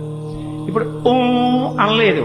సౌమిత్రే క్వధనుర్ధనుర్ధనురితి వ్యగ్రాగిరప్పాంతునః. పడుకున్నవాడు ఒక్కసారి ఉయ్యాల్లోంచి లేచి కూర్చుని లక్ష్మణ ధనసు పట్రా ఇలా హడిలిపోయింది కథ చెప్తున్న యశోద. ఎందుకని? ఆయన కథే కదూ. సీతమ్మని రావణుడు అపహరించాడని వినేటప్పటికే బాలకృష్ణుడిగా ఉన్న రాముడిగా తాదాత్మ్యత చెందాడు. లక్ష్మణ ఎక్కడరా నా ధనస్సో అన్నట్టు హడిలిపోయింది యశోద. అలా యశోద హడిలిపోయేటట్టు ఉయ్యాల్లో లేచి కూర్చున్న చిన్ని కృష్ణుడు ఉన్నాడే, ఆయన మమ్ము రక్షించుగాక అంటాడు లీలాశకుడు. మధుసూదన సరస్వతి ఎంత అనుభవించారో కృష్ణుడి జుత్తు గురించి చెప్తూ, నువ్వు నలుపు, నీ జుత్తు నలుపు, ఇంత నలుపున్న వాడివి అజ్ఞానం అంత నల్లగా ఉంటుంది కదా, అది ఎలా విచ్చిపోయేటట్టుగా ఉంటావయా అన్నాడు ఆయన. ఎంతమంది ఎన్ని అనుభవించారో ఆ కృష్ణలీలలో. మహాద్భుతం మహానుభావుడు. ఆ లీలలుగానే శకటాసుర సంహారం చేశాడు, తృణావర్త సంహారం చేశాడు. ఆఖరికి అసలు కృష్ణలీలలో మహోత్కృష్టమైనటువంటి లీలగా చెప్తారు. ఆఖరికి సన్యాసాశ్రమంలో ఉన్న వాళ్ళు కూడా తప్పకుండా వింటారు. ఆ ఉలూకల బంధనము అని ఆ పిల్లవాడిని తీసుకెళ్లి ఆ రోటికి కట్టేసినటువంటి సన్నివేశం. ఇప్పుడు నేను అవన్నీ ఆ లీలలన్నీ ఎక్కడ చెప్పడం కుదురుతుంది, కానీ ఏదో అన్నాను కాబట్టి ఒక్క మాట అంటాను అంతే. కృష్ణావతారం గురించి చెప్తూ నేను దాని గురించి అనకపోతే దోషం అయిపోతుంది. ఎప్పుడు జరిగిన లీలలు అవన్నీ. ఎక్కడో ఆడుకుంటున్నాడు కృష్ణుడు, ఆ పెరుగు చిలుకుతోంది యశోద. సుడిగిచు విదికుచు వాలుచు సడికొట్టుచు అమ్మ రమ్ముచ నిమ్మనుచున్ బెడబెడ గంతులు వైచుచు కదిసి కడబ బాలకొండు కవ్వము పట్టెన్. ఆ చల్ల చేస్తున్నటువంటి యశోద దగ్గరికి వచ్చి పరిగెత్తుకొచ్చి, అమ్మ అమ్మ నాకు పాలిస్తావా, ఇవ్వ ఆకలేసేస్తోందని కవ్వం పట్టుకున్నాడు. కవ్వం పట్టుకుని ఆపగలిగిన శక్తివంతుడని కాదు, అయ్యో చెయ్యి పూల పొట్లంలా ఉంటుందే, కవ్వం పట్టుకుంటే పిల్లాడి చెయ్యి ఎక్కడ ఇబ్బంది పడిపోతుందో అని యశోద చల్ల చిలకడం ఆపేసి. చల్ల చిలకడం ఆపేయగానే సంతోషించాడమ్మ పాలిస్తుందని. గబగబా వచ్చింది, ఒళ్ళో కూర్చోబెట్టుకుంది, పాలిస్తోంది. ఇంతలా పొయ్యి మీద పెట్టిన పాలు పొంగిపోతున్నాయి. కడుపారంజనుబాలు త్రావనిసిసిన్ కంజాక్ష పీఠమ్ముపై నిడి పొంగారెడు పాలు దించటకున ఏగంగ తత్బాలుండెక్కుడు కోపంబున వాడి రాతిదది మొక్కం బంబు పోగొట్టి తెంపడరన్ కుంభములోని వెన్నది నిమిధ్యాసంకులద్భష్పుడై. అమ్మా నాకు పక్క ఆకలేస్తుంటే పాలివ్వడం మానేసి సగం పాలిచ్చి నన్ను కిందకి దింపేసి అక్కడికి వెళ్ళి పొయ్యి మీద పాలు పొంగిపోతున్నాయి, వెళ్ళిపోతున్నావా అని కోపం వచ్చేసి పెదిమి అదిరిపోయింది. ఎక్కడ లేని కోపం వచ్చేసింది. కళ్ళు ఇలా నిలిమేసుకున్నాడు, కాటుకంతా ఇలా అంటించేసుకున్నాడు, చేతులకంతా కాటికి పెట్టేసుకున్నాడు. అమ్మ నాకు కడుపు నిండా పాలు ఇవ్వలేదన్నాడు. అక్కడ ఉన్న రాయి ఒకటి తీశాడు, ఆ చల్ల చేస్తున్న కుండకేసి కొట్టాడు, కుండ బద్దలైపోయింది. ఆ పాలని మజ్జిగంతా కిందకు వచ్చేసింది. ఆ వెన్న ముద్ద ఇలా అరిచేతిలోకి తీసుకున్నాడు. ఆ వెన్న ముద్ద పట్టుకుని అక్కడి నుంచి బయలుదేరి అమ్మ అక్కడ పాలు దింపి వెనక్కి వచ్చి ఎక్కడ తనని పట్టుకుంటుందో అని మెల్లిగా బయటికి వెళ్ళిపోయి ఓ రావులో ఒకటి తిరగేసి ఆ గోడ మీద ఉన్న ఓ కోతికి పెడుతున్నాడు. పెడుతుంటే అమ్మ పాలు దింపిటి వచ్చింది. కుండ బద్దలైపోయింది, వెన్నంతా కింద పడిపోయింది, మజ్జిగంతా కారిపోయింది. అదే నీళ్లల్లా ఓ గుడ్డేసి ఒత్తడానికి ఉండదు, మజ్జిగ కాలు జారిపోతుంది. మళ్ళీ ఏ పిండో తీసుకొచ్చి ఒత్తాలి. అదంతా లాలనమున బహుదోషములు లింప్రాపించు తాడనోపాయములం చాలా గుణంబులు కలుగును తాడ నమ్మె బాలు రకును పచ్చంబరయం. ఈ పిల్లాన్ని అల్లరి చేస్తుంటే ఫోన్ లేని ఊరుకుంటుంటే వింటలేదు, ఇవాళ కట్టేస్తాను కొట్టేస్తాను అని ఏడురా వీడని చెప్పి చూసింది. అంత తొందరగా నేను దొరుకుతాడేమిటి? పెద్ద యుద్ధానికి వెళ్లేదల్లా చీర తీసింది, పైకి కొంగు దోపింది, ఈ కొంగు తీసింది, ఇలా చుట్టూ తిప్పింది, గట్టిగా కట్టుకుంది. ఆ జడ తీసింది, ఇలా చుట్టూ ముడేసుకుంది, పూలు గట్టిగా పెట్టుకుంది, ఆ పమిట తీసింది, గట్టిగా పెట్టుకుంది. ఇక కొడుకుని పట్టుకోవడానికి పరిగెడుతుందనమాట. ఆయన అమ్మ ఎక్కడొస్తుందో అని అనుమానం ఆయనకి ఉంది. ఓ పక్క కోతికి పెడుతున్నాడు కానీ దొంగేడు పెడుస్తూ అమ్మ నువ్వు నాకు కడుపు నిండా పాలు ఇవ్వలేదమ్మా, మధ్యలో వెళ్ళిపోయావమ్మా అంటున్నాడు. వెనక్కి చూసుకుంటున్నాడు. చూశాడు, అమ్మ వచ్చేసింది. వచ్చేసిందని చూసి చూడడం ఏమిటి, రోలు మించి దూకేశాడు. స్తంభాదికంబులు తనకు వడ్డంబైన అట్టట్టునని పట్టువని వీని ఈ తప్పు సైరింపు ఇంక దొంగిల బోధునేనని ముని ముట్ట నెచ్చువాని కాటుక నెరయంగ కందులు నిలుముచు వెడలు కన్నీటితో వగచువాని ఏ దశ వచ్చునో ఇది ఎని పలుమార్లు సురుగుచు క్రీగంట చుచువాని గూడబారి పట్టుకొని వెర్రపుచు చిన్నిదో వెన్న దొంగ చిక్కెననుచు కొట్ట చేతులాడక పూబోడి కరుణతోడ బాలు కట్టదలచే. అదంతా ఎక్కడ చూసినా స్తంభాలే. ఆ ఇల్లంతా పూర్వకాలపు ఇల్లు కదూ. ఆ స్తంభాల చాటుకెళ్ళి దాక్కుంటున్నాడు. ఇటొస్తే దొరకడు, అటొస్తే దొరకడు. ఎక్కడ చూసినా స్తంభాలు. ఎట్నుంచి ఏ స్తంభం చాటుకెళ్ళిపోతాడో తెలియదు. ఏదో విరాట పర్వంలో తిక్కన గారు అంటారు, ఆ నర్తనశాల ఎక్కడ చూసినా స్తంభాలే. దాంతాకారిత కుంజకుట్టె మఘన స్తంభావళీ రూపమున్ ప్రాంతాది ప్రవిభాగ భోగ నిలయ ప్రగ్వారమున్ కాతరస్వం తత్రాసకరంబునై దురభివేశంబైన యాలోరు నిశ్చితుడై సతికేలు పట్టుకుని చొచ్చన్ భీముడు అత్యుగ్రతన్ అంటారు. అలా అన్ని స్తంభాలతో ఉన్నటువంటి ఆ ప్రాంగణంలో అమ్మ వెనక పరిగెడుతోంది, ముందు కృష్ణుడు పరిగెడుతున్నాడు. ఆ స్తంభాల చాటుకి వెళ్ళిపోతున్నాడు, నిశ్శబ్దంగా నించుంటాడు. అమ్మ పరిగెత్తి పరిగెత్తి ఆయాస పడిపోయి ఇలా చెమట్లు కారిపోతూ ఏడి పిల్లాడని చెప్పి ఇలా చూస్తుంటే ఏమీ తెలియని వాళ్ళ ఇలా కన్ను నిలిమేసుకుంటూ దొంగేడు పేడుస్తూ దాని పక్క నుంచి ముఖం ఒకటి బయట పెట్టి అమ్మ అమ్మ నన్ను కొట్టకమ్మా, నన్ను పట్టుకోకమ్మా, నేను ఇంకెక్కడికి దొంగతనానికి వెళ్ళనమ్మా, వెన్న పట్టరానమ్మా అడిగిందా అమ్మ ఇవన్నీ. అప్పుడు తన దొంగతనాలన్నీ ఒప్పుకుని దొంగేడు మొదలెట్టాడు. పాపం పరిగెడుతోంది, ఆయన దొరకడు. ఆఖరికి చూశాడు చూశాడు చూశాడు వడల చెమటల గయనుత్తరీయము జార తిరుముకున్న విరులు నెలజార పట్టరాని తనను పట్టెదనని చింత కట్టుకున్న తల్లి కరుణ చూచి. అయ్యో పాపం అమ్మ కట్టుకున్నటువంటి ఆ చీర జారిపోతోంది, పమిట జారిపోతోంది, పెట్టుకున్న పువ్వులు పడిపోతున్నాయి, ఆ కొప్పు వీడిపోతోంది, ఒళ్ళు చెమట పట్టేసింది. పిచ్చమ్మ నన్ను పట్టుకోవాలనుకుంటోంది. నన్ను పట్టుకోవాలనుకున్న వాళ్ళకి పట్టుబడేవాడినా, నేను పట్టుబడేవాణ్ణి కానని తెలియక పరిగెడుతున్న అమ్మకి నేను చిక్కిపోవాలనుకుని చిక్కిపోయాడు. చిక్కడు సిరికౌగిటిలో చిక్కడు సన కాదు యోగి చిత్తాబ్జములన్ చిక్కడు శృతిలతి కావడి చిక్కెనతడు లీల తల్లి చేతన్రోలన్. ఎవ్వరికీ దొరకనటువంటి పరమాత్మ అమ్మ చేతికి దొరికిపోయాడు. అమ్మో ఎంత అల్లరి చేసింది. యశోద మోకాళ్ళ మీద కూర్చుంది, చెయ్యిలా పట్టుకుంది. ఏమిట్రా పట్టిన పట్టుబడని నన్ను పట్టెదనని పట్టుకొనిన పట్టుట బట్టే పట్టుబడు వండ్రు పట్టి పట్టెదనని పట్టు నాకు కాకపరులకు వశమేంది. గోపకాంతలందరూ చూస్తున్నారు. ఏదో ఆ మొగుడు కొట్టాడని కాదు, దోటికోడలు తెప్పిందనని నువ్వు పట్టుకుంటావా అని చూస్తున్నారు వాళ్ళందరూ.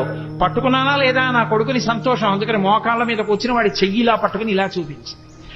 ఏమిటి, జగత్తులనీలే పరమాత్మకి వేలు చూపించింది ఒక గోపకాంత. చూపించి ఏరా కడుపులో బాధ, కొడుకు తిట్టలేదు, ప్రేమ లేక లేక పుట్టినవాడు, ఆ ముఖం వంక చూస్తే ముగ్ధమోహనంగా ఉంటాడు, దొంగ ఏడు పేడి చేస్తున్నాడు, ఇక్కడ వరకు కాటు కంటుకపోయింది, పెదివిలు ఎదిరిపోతున్నాయి, చేత్తో ఇలా ఇలా విడిపించుకునే వాళ్ళ చూస్తున్నాడు. చిన్న పిల్లాడు, పట్టుదట్టి కట్టినటువంటి చిన్న కొప్పు, దానికి పెట్టిన ముత్యాల సరాలు కొడదామనుకుంది కానీ కొట్టలేకపోయింది. వీరెవ్వరు శ్రీకృష్ణులు కారా ఎన్నడును వెన్న తినరట చోరత్వం మించుకొను నెరయరట ధరిత్రినెట్టి నీతులు కలరే. ఏరా పాపం నువ్వు ఎప్పుడు దొంగతనం చేయవుట, ఇంత వెన్న కూడా తినవుట, పాపం నేనంతా దాచేసుకుంటున్నాను రా, నిన్ను కని నా కడుపు ఖాళీ అయిపోయింది కదూ, నేను తినేస్తున్నాను, నీకెప్పుడు పెట్టనే. అమ్మ పిల్లాడి మీద దెబ్బలాడితే ఎంత అమాయకంగా దెబ్బలాడుతుందో అలా దెబ్బలాడి నిన్ను కట్టేస్తానని వికచకమలనగిన వేరొక ఇంటిలో వెలయరోలు తిరగవేసి ఎక్కి ఆ ఇంట్లో గెడుతోంది, అక్కడ గెడుతోంది, ఆ రోజు దగ్గరికి గెడుతోంది, ఆ తాడు ముక్కలన్నీ తీసుకొస్తోంది, పొట్ట చుట్టూ తిప్పుతోంది, 2 అంగుళాలు తక్కువ వస్తోంది. ఇలా విడిచిపెట్టి తాడు ముడేస్తే పారిపోతాడు. ఆ నడుం చుట్టూ చెయ్యేసి ఇలాగే పెట్టి 2 ముళ్ళేస్తోంది, మళ్ళీ పొట్ట చుట్టూ తిప్పుతోంది, మళ్ళీ 2 అంగుళాలు తెస్తోంది, మళ్ళీ తక్కువ వస్తోంది, మళ్ళీ తిప్పుతోంది. ఎందుకు 2 అంగుళాలు తక్కువ వస్తోందని ఆవిడ ఆలోచించింది. నేను పట్టగలను, నేను కొట్టగలనంటే దొరికే మనిషి ఆయనంతటా ఆయన పట్టుబడాలి గాని ఆఖరికి తెచ్చింది ఆఖరికి ఆ తాడుకి 2 అంగుళాలు సరిపోయింది, కట్టేసింది.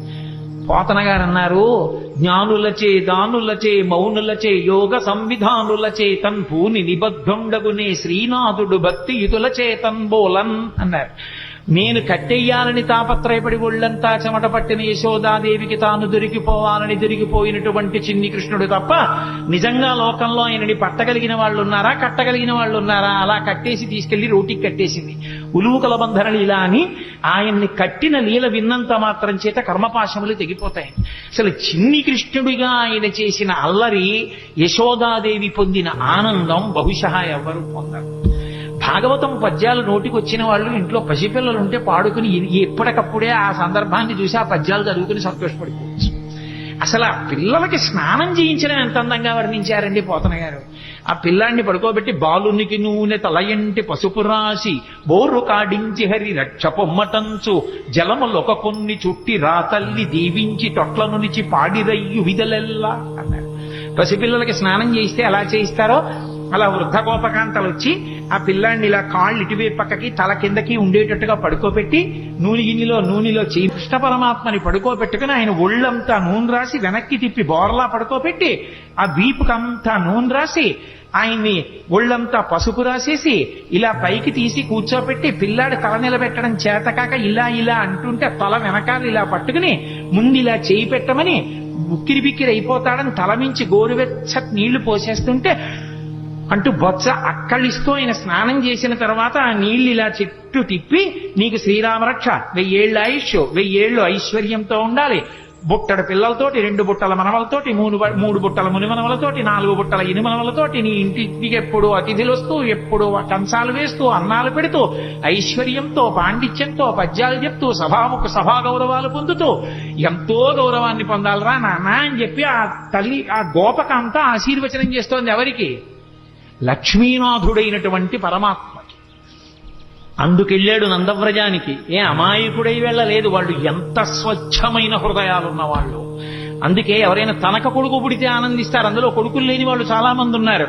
అదే యశోదకి కొడుకు పుట్టాడని తెలియగానే వాళ్ళు ఎంత సంతోషపడిపోయారో. ఏమి నోమ ఫలమో ఇంత ప్రొద్దొక వార్త వింటిమ బలలా రవినులరా మన యశోద చిన్న మగవానిక నిన్నట చూచివత్తమమ్మ సుధతులార నలనివాడు చలనివాడు చిన్నవాడు చిక్కినాడు ఏ నోమ ఫలమో ఏ పూర్వ ఫలమో అంటూ వాళ్ళందరూ ఆ యశోద దగ్గరికి వెళ్ళి సూతికాగృహంలోకి ఆడవాళ్ళు ఎడతారు, మగవాళ్ళు వెళ్ళకూడదు. మగవాళ్ళు బయట నించున్నారు. ఆ నందుడి దగ్గరికి వెళ్ళి నందుడిని అభినందిస్తారు, కొడుకు పుట్టేట కదా అని. నందుడు రాజుగారి దగ్గరికి వెళ్ళేటప్పుడు మరి కొంచెం డాంబికంగా వెళ్ళాలి. మరి కంచుకములు తలకట్లను కాంచన భూషాంబరములు మెరయక గోపకు లేతించిరి మంచి పదార్థములు కొనుచు మాధవు చూడన్. మాధవుడు అన్నారు. పుట్టినవాడు లక్ష్మీపతి, శ్రియపతి. అందుకే ఆయన పుడితేట మిగిలిన వాళ్ళకి తెలియలేదు గాని కేళ్లురికె మసలిలేగలు మల్లడిగుని రెంకెలిడియ మద వృషభంబుల్ పెళ్ళున ముదుగుల పొదుగుల చల్లించన్ పాలు బాలు సంభవ వేళన్ అన్నారు పోతన గారు. ఈయన పరమాత్మ పరిపూర్ణావతారం కృష్ణుడు మా వెనకాతలు వస్తాడు. మమ్మల్ని అందరినీ ఇలా ఒళ్ళు నిమురుతాడు. సాయంకాలం వేళ మమ్మల్ని కడతాడు. బంధనాలు విప్పే పరమాత్మ మాకు బంధనాలు వేస్తాడు. ఆయనే మమ్మల్ని తడుగుతాడు, ఆయనే మాకు గడ్డి పెడతాడు, ఆయనే పాలు పితుకుతాడు. మా అదృష్టం అన్నైట. లీలాశుకుడు పొంగిపోయాడు. గోధూళిధూ సరిత కోమల గోపవేషం గోపాల బాలక శతైరనుగమ్యమానం సాయంతనే ప్రతిగృహం పశుబంధనార్థం గచ్చంతమచ్యుత శిశుం ప్రణతోస్మి నిత్యం అన్నాడు. ప్రతిరోజు సాయంకాలం అయ్యేటప్పటికి ఆ ఆవుల్ని దూడల్ని కొన్ని వేల దూడల్ని తరువుకొస్తూ వాటన్నిటికీ పేర్లు పెట్టేవాడు. ఉసే లక్ష్మి, అంబ, కళ్యాణి, సరస్వతి, పార్వతి మీ అందరిగో వీళ్ళ ఇంట్లోకి వెళ్ళిపోండి అనేవాడు. ఆవులన్నీ వీళ్ళ ఇంట్లోకి వెళ్ళిపోయి ఆ గోపకాంతలందరికీ చిన్ని కృష్ణుడిని చూస్తే సంతోషం. కృష్ణ కృష్ణ ఈ పార్వతి అస్సలు మాట వింటలేదు, కొంచెం కట్టేసి వెళ్ళిపోదు అనేవాడు. అంటే ఆ ఆవు పలు పట్టుకుని ఇలా గట్టిగా లాగుతుంటే డొక్కలు అక్కలించిపోయి ఉరప్పంజరం బయటికి వస్తే ఆ ఆవు నిగడదని నించుని ఆఖరికి ముందుకి గబుక్కును వదిలేస్తే కింద పడిపోయిన కృష్ణుడు మళ్లీ లేచి ఆ పలుపు పట్టుకుని వెళ్ళి కట్టేస్తుంటే ఆ గోపకాంతలు నవ్వేవారట. అందరి బంధనాలు విప్పేసే కృష్ణ, నువ్వు సాయంకాలం గోధూళి మీద పడి ఉండగా వెళ్ళి ఆ ఆవుల్ని కడుతున్నటువంటి దృశ్యం నా మనసులో నిలబడిపోయింది, ప్రతిరోజు నమస్కరిస్తానన్నాడు విరాచకుడు. అందుకే గోధూళి ధూసరిత కోమల గోపవేషం గోపాల బాలక శతైరనుగమ్యమానం సాయంతనే ప్రతిగృహం పశుబంధనార్థం గచ్చంతమచ్యుత శిశుం ప్రణతోస్మి నిత్యం. ప్రతిరోజు నమస్కరిస్తానా కృష్ణ స్వరూపానికి అన్నాడు. ఆవులు దూడలు ఎంత పొంగిపోయాయో, కృష్ణుడు పుట్టాడని షేరు పాలిచ్చే ఆవులు 2 షేర్ల పాలిచ్చేసేట. ఈ ఆభీర కుమారుడు వీరుండై వీరవైరి జేతయునై శ్రీయుతుడై దీర్ఘాయుష్మంతుండగునని పాయక దీవించినప్పుడు బ్రాహ్మణ జనముల్ దుందుబులు మెరసె గాయక సందోహము పాడే సూత సముదాయముతో వందిజనులు కీర్తించిరి కందుగ వీతించ భద్రకాహళ రవముల్ అంటారు పోతన గారు. ఆ నందుడు ఎంత సంతోషపడిపోయాడో, ఎన్ని గోవులు దానం చేసేశాడో. ఆఖరికి వసుదేవుడు కూడా కారాగారంలో ఉండగా పరమాత్మ నా కడుపున పిల్లవాడుగా పుట్టాడని స్నానము చేయక రామిని ఆనంద రసాబ్ధిమగ్నుండై ధేనువులను 10,000 విప్రులకును మానసయోముగా ధారవోసే మరి ఇచ్చుటకున్నాడు. 10,000 గోవుల్ని మానసికంగా ధారపోసేసేట. శ్రీ మహావిష్ణువు నా కొడుకుగా పుట్టాడు అని వసుదేవుడిచ్చాడు. ఓ భద్రకాహళములు మోగై దుందువులు మెరసై సూత సముదాయముతో వందిజనులు కీర్తించారు. ఎంత సంతోషపడిపోయారో. అసలు కృష్ణలీలలో అద్భుతం ఏంటంటే, పుట్టిన పిల్లాడికి నీళ్లు పోసి వాళ్ళు తీసుకెళ్లి 11వ రోజున ఉయ్యాల్లో వేశారు. ఉయ్యాల్లో వేసి పడుకోబెడదామని ఉయ్యాలా ఊపుతున్నారు. ఏదో ఎవరికి వచ్చిన పాట వాళ్ళు పాడుతున్నారు. అందరూ ఎంఎస్ సుబ్బలక్ష్మి గారు, లతా మంగేష్కర్ అక్కర్లేదు పిల్లల్ని పడుకోబెట్టడానికి. తల్లి ఎవరు ఏదో పాట పాడుతుంది. ఎంతమంది గోపకాంతలు వచ్చి పాట పాడినా నిద్రపోడే. అందున ఉయ్యాల ఊపి పడుకోబెట్టేటప్పుడు పిల్లాడు పడుకోవట్లేదంటే పిల్లాడు కనపడుతూ ఉండగా కాకుండా ఇలా ఉయ్యాల దగ్గరికి చేసి పట్టుకుని ఇలా ఇలా ఇలా ఇలా ఇలా అని పాట పాడి పడుకుని ఉంటాడు. అందుకని పాపం ఎంతో ఇదిగా ఇలా విప్పి చూస్తే గుడ్లు 2 ఇలా పెట్టుకు చూస్తున్నాడు. ఏమిటమ్మా పిల్లాడు ఎంతకీ పడుకోడు, ఇదేం పిల్లాడే అని చెప్పి ఆ భుజం మీద వేసుకుని పాట పాడి ఎంతో తిప్పి తిప్పి తిప్పి తిప్పి ఇలా చూడటం కుదరదు కదా. పడుకున్నాడా అంటే ఏం పడుకున్నాడు, గుడ్లేసుకు చూస్తున్నాడా. ఏం చేసినా పడుకోడు. ఇదెక్కడ పిల్లాడని ఆఖరికి యశోదాదేవి వచ్చి తల్లికి ఆఖరికి పెద్ద బ్రహ్మాస్త్రం ఏంటంటే బోర్లా పడుకోబెట్టేసి వీపు మీద ఇలా ఇలా ఇలా ఇలా కొట్టేస్తుంది. ఆ తొడ ఊపుతాను కొడుతోంది. ఎంతకీ పడుకోడు, వీపు చిట్లిపోతోంది. ఇదేమిటి ఆది కూర్మంగా ఉన్నప్పుడు మందర పర్వతం తిరిగినా బాధపడలేదు కానీ ఈ కృష్ణావతారంలో ఇలా కొట్టేస్తున్నారు, నన్ను ఎందుకు ఇలా ఊపేస్తున్నారు అనుకున్నట్ట. లోకములు నిదురపోవకత నిదురుంపని శుభగుడు రమణులు జోకొట్టిపాడ నిదురం గైకొను క్రియ నూరకుండే కనుజరవకయున్నన్నారు పోతన గారు. ఓహో, ఈ దిక్కుమాలిన ప్రపంచానికి అలవాటు ఉంది, నిద్రపోతుంటారు వీళ్ళు కళ్ళు మూసుకొని. నాకు నిద్రపోవడం అలవాటు లేదు. నేను నిద్రపోతే లోకాలు నిర్వహించేవాడెవరు? నేను పడుకోమని జోకొట్టేస్తున్నారు, నేను కళ్ళు మూసుకోపోతే వీళ్ళు ఇలాగే కొడతారని నిద్రపోయిన వాళ్ళ కళ్ళు మూసుకున్నాడు. అప్పుడు వాళ్ళు సంతోషపడిపోయి జోజో కమలదల్లి క్షణ జోజో మృగరాజ మధ్య జోజో కృష్ణ జోజో పల్లపకర పద జోజో పూర్ణేందువదన జోజో యనచున్. సామాన్య గృహాల్లో జోజో జోజో అంటూ ఏ పాటలు పాడతారో పోతన గారి పద్యాలకి కూడా జోజో అని అలాగే పడిపోయింది. మహానుభావుడు ఎంత దర్శనం చేశాడో. ఆ యశోద ఎన్ని ఆటలాడాడు నిజంగా యశోదతో.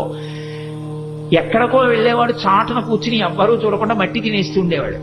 బలరాముడు వచ్చి అమ్మ అమ్మ మట్టి తినేస్తున్నాడమ్మా అనేవారు. అమ్మ వెళ్ళి ఆ నోరంతా శుభ్రంగా నోట్లో వేలు పెట్టి కడిగేస్తుంది. అమ్మ ఇలా ఇలా ఇలా పళ్ళ మధ్యలో పెట్టి కంఠం పట్టుకుని ఉమ్ము అని చెప్పి కడిగించి నాలికి ఇలా ఇలాను అనే దవడల్లో ఉన్న మట్టి అంతా తీసేసి వేలు పెట్టి ఇంకెప్పుడు ఇలా అనేది కానీ కొట్టలేకపోయాడు. ఎందుకని?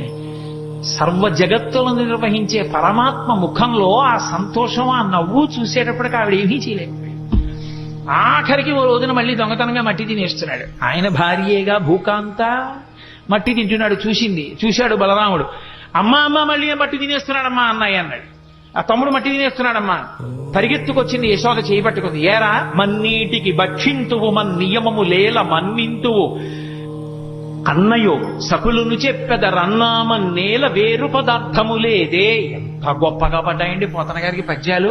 ఎరా అన్నయ్య చెప్పాడు, నీ స్నేహితులు చెప్తున్నారు మన్ను తింటున్నావు. ఇది ఎక్కడికి కర్మరా? మన్ను తినడం ఏమిట్రా? చక్కటి వెన్న లేదా ఇంట్లో? పాలు లేవా? ఇటు మట్టి తింటాయేమిటి? అంతే. ఇలా చూశాడు అన్నయ్య వంక నేరం చెప్పాడని. స్నేహితుల వంక చూశాడు. ఇంత పిల్లాడు కళ్ళకి కట్టినట్టు చూపించారండి పోతన గారు. అమ్మిలా చేయి పట్టుకుని మోకాళ్ళ మీద కూర్చుంది. ఎక్కడికి తప్పించుకోలేడు. తన మీద చాడీలు చెప్పి పట్టించేస్తున్నారని కోపం. అందుకని అమ్మా మన్ను తినంగనే శిశువునో యాకొంటినో వెర్రినో నమ్మంజూడకు వీరి మాటలు మదిన్నీవు కొట్టంగ దారి మార్గము ఘటించి చెప్పెదరు కాదేనిన్ మదీయస్య గంధం ఆఘ్రాణము చేసి నా వచనము తప్పైన దండింపవే అన్నాడు. ఏమిటమ్మా నేనేమన్నా పిల్లాన్ని అనుకుంటున్నావా, చేతకాని వాడిని అనుకుంటున్నా? అన్నయ్య తమ్ముళ్ళు అలాగే చెప్తారమ్మా స్నేహితులందరూ. నేనేం మట్టి తినలేదమ్మా, నిజంగా నేను మట్టి తినుంటే అమ్మా నేను నోరు తెరుస్తాను, వాసన చూడమ్మా, నా నోరు వాసన వస్తే నన్ను కొట్టేయమ్మా అన్నాడు. పిల్లాడంత దబాయించంత గబగబగబగబ మాట్లాడేస్తుంటే ముచ్చటేసేసింది శివకి. ఏది నోరు తెరి వాసన చూస్తాను అని నోరు తెరిచారు. పిచ్చి తల్లి వాసన చూద్దామని దగ్గరికి వెళ్ళింది. ఆ లలితాంగిక నుంగొనె బాలుని ముఖముందు జలధి పర్వత వన శిఖి భూగోళ తరణి శశి దిక్పాలాధికారండంబైన బ్రహ్మాండంబున సమస్త బ్రహ్మాండములు నందవ్రజం తను నందుడు కూడా కనబడ్డారు. కలయో వైష్ణవమాయయో ఇతర సంకల్పార్థమో సత్యమో తలపన్నేరగయున్నదానను యశోదాదేవి కానో పరస్థలమో బాలకుడెంత వీని ముఖస్తంభై అజండమ్ము ప్రజ్వలమయ్యుండుటకేది హేతువో మహాశ్చర్యంబు చింతింపగన్. ఆశ్చర్యపోయింది. వీడి పిల్లాడా పరమాత్మ అనుకుంది. తనని ఎక్కడ పరమాత్మ అనుకుంటుందో అమ్మ ప్రేమకి దూరం అయిపోతానని మాయ గమ్మేశాడంతే. చీకటి పడింది. ప్రదోష వేళలో పిల్లలకి అన్నం పెడుతూ పూర్వం చీకటి పడేటప్పటికీ అమ్మా మాధవ కబలం తల్లి అంటూ వచ్చేవారు. ఇంట్లో మిగిలింది ఏమైనా ఉంటే వాళ్ళకి వేసేసేవారు. వాళ్ళు ఆ పిలుపు అది వాళ్ళ రూపం కొంచెం భయంకరంగా ఉండదు. కర్ర కట్టుకుని సాయంకాలం వేళ కుక్కలు వెంటబడతాయని ఓ సిలవర బళ్ళం పట్టుకుని వస్తుండేవారు ఇంటి ముందుకి. అమ్మా మాధవ కమలం తల్లి అన్నాడు. అప్పుడే చెప్పింది, ఒరే అన్నం తినరా అని. ఆ కథ చెప్పి ఈ కథ చెప్పి నోట్లో అన్నం పెడదామంటే అని పెట్టు కూర్చున్నాడు. తింటలేదు అన్నం. కోపం వచ్చి అంది యశోద, భిక్షులు ఒత్తురు ఎచ్చిన భిక్షాపత్రమున వేచి బెగడించి నిన్ను శిక్షింతురని చెప్పిన భిక్షులకని తల్లి కనియు భీతిల్లు నృపా. అవునరా, నేను పిలిచి ముద్దుగా చక్కగా గోరు ముద్దలు కలిపి వెన్న అన్నం పెడితే ఎందుకు తింటావు? కాసేపు ఆగి ముష్టి వాళ్ళు వస్తారు, అమ్మా మాధవ కబలం తల్లి అంటారు. నిన్ను తీసుకెళ్లి వాడి పాత్రలో పారేస్తాడు. వాడు అందులో పెట్టి మూత పెట్టి నిన్ను పట్టుకుపోతాడు. వాళ్ళు ఊరి చివర రావి చెట్టు కింద కూర్చుంటారు బాగా చీకటి పడ్డాక. అప్పుడు మూత ఇస్తారు, నిన్ను అక్కడ కూర్చోమంటారు. వాళ్ళు తెచ్చుకున్న అన్నం అంతా తింటారు. అప్పుడు ఆకలి వేస్తుంది కదా. అప్పుడు బాబు నాకు కూడా కొంచెం పెట్టరా అండి అని అడుగుతూ కానివి నోర్మై అని వాళ్ళు తింటారు. అప్పుడు ఏడుస్తూ కూర్చుంది కానీ అప్పుడు అమ్మ ఉండదుగా పెట్టడానికి అంది. అలా చూస్తున్నాడు. ఈలోగా నిజంగా ఎవడో వచ్చి అమ్మ మాధవ కబలం తల్లి అన్నాడు. ఏదో పట్టుకెళ్ళి వేద్దామని పాప వాడు అటు తిరిగింది. వెనక నుంచి వచ్చి అమ్మని గట్టిగా పట్టేసుకుని రెండు కాళ్ళ మధ్యలో తలపెట్టేసి అమ్మ అమ్మ నన్ను వేసేయకమ్మా మాధవ కబలం తల్లి అంటూ వచ్చిన బిచ్చగాడికి వేసేయకమ్మా అన్నాడు. ఏమిటో పొద్దున్న నోట్లో లోకాలు చూసినట్టు అనిపించింది కానీ నా భ్రాంతి పిచ్చి పిల్లాడి ఇంత భయస్తుడు వీడి నోట్లో లోకాలు ఏమిటని పిచ్చి తల్లి మళ్ళీ మాయ వహించేసి స్తన్యం కుడుపుతూ పాలు తాగుతూ ఉండేవాడు. మళ్ళీ విశ్వరూప సందర్శనం చేయించాడు తల్లికి. అసలు నిజంగా యశోద ఆడుకున్న ఆటలు విన్న పరీక్షిత్తు గుండెలు బాధేస్తున్నాడు. జగదీశ్వరునకు చన్నిచ్చు తల్లిగా ఏమి నోమునో చెయ్యి యశోద, పుత్రుడంచు అతని పోషించు తండ్రిగా నందుడేమి చేసే నందితాత్మ అని అడిగాడు. ఏమిటి లోకాలని పరిపాలించగలిగినటువంటి పరమేశ్వరుడికి తీసుకెళ్లి నా కొడుకని చెప్పి పాలివ్వడమా? ఈ లోకాలన్నిటికీ ఇలా వేలు చూపించగలిగిన పరమాత్మకి నందుడు వస్తుంటే భయం భయంగా నక్కి నించోడమా? ఆయన చెప్పులు ఇప్పితే తీసి పక్కన పెట్టడమా? నాన్నగారండి నాన్నగారండి అని మంచినీళ్లు తెచ్చివ్వడమా? ఏరా అంటే నాన్నగారండి ఆవుల్ని తీసుకొచ్చాను అని భయం భయంగా చెప్పడమా? ఏం పుణ్యం చేశారయా వీళ్ళిద్దరూ అంటే ధరాద్రోణుల వృత్తాంతం చెప్పవలసి వచ్చింది శుకబ్రహ్మ. మహానుభావుడు కృష్ణ భగవానుడి లీలలు ఎన్ని లీలలండి, కళ్ళకి కట్టినట్టు వర్ణించారు. నేను ఇన్ని లీలలు ఎందుకు తలకొట్టుకు చెప్తున్నానంటే కృష్ణావతారంలో కృష్ణలీలలు వింటే మనసు మీద దాని ప్రభావం ఉంటుంది అని ఓ వాక్యం చెప్తే దాని అర్థం ఏమిటో బాగా ఆవిష్కరించిన వాడిని కాకుండా పోతానని. అవి వింటున్నప్పుడు మన మనసులో కృష్ణ పరమాత్మ యొక్క ముద్ర ఎలా పడుతుంది, ఆ లీలల వలన మనకి ఎంత ప్రయోజనాన్ని చేకూర్చాలని చేశాడన్న దానికోసం నేను ఈ లీలల్ని ఆవిష్కరించడం జరిగింది.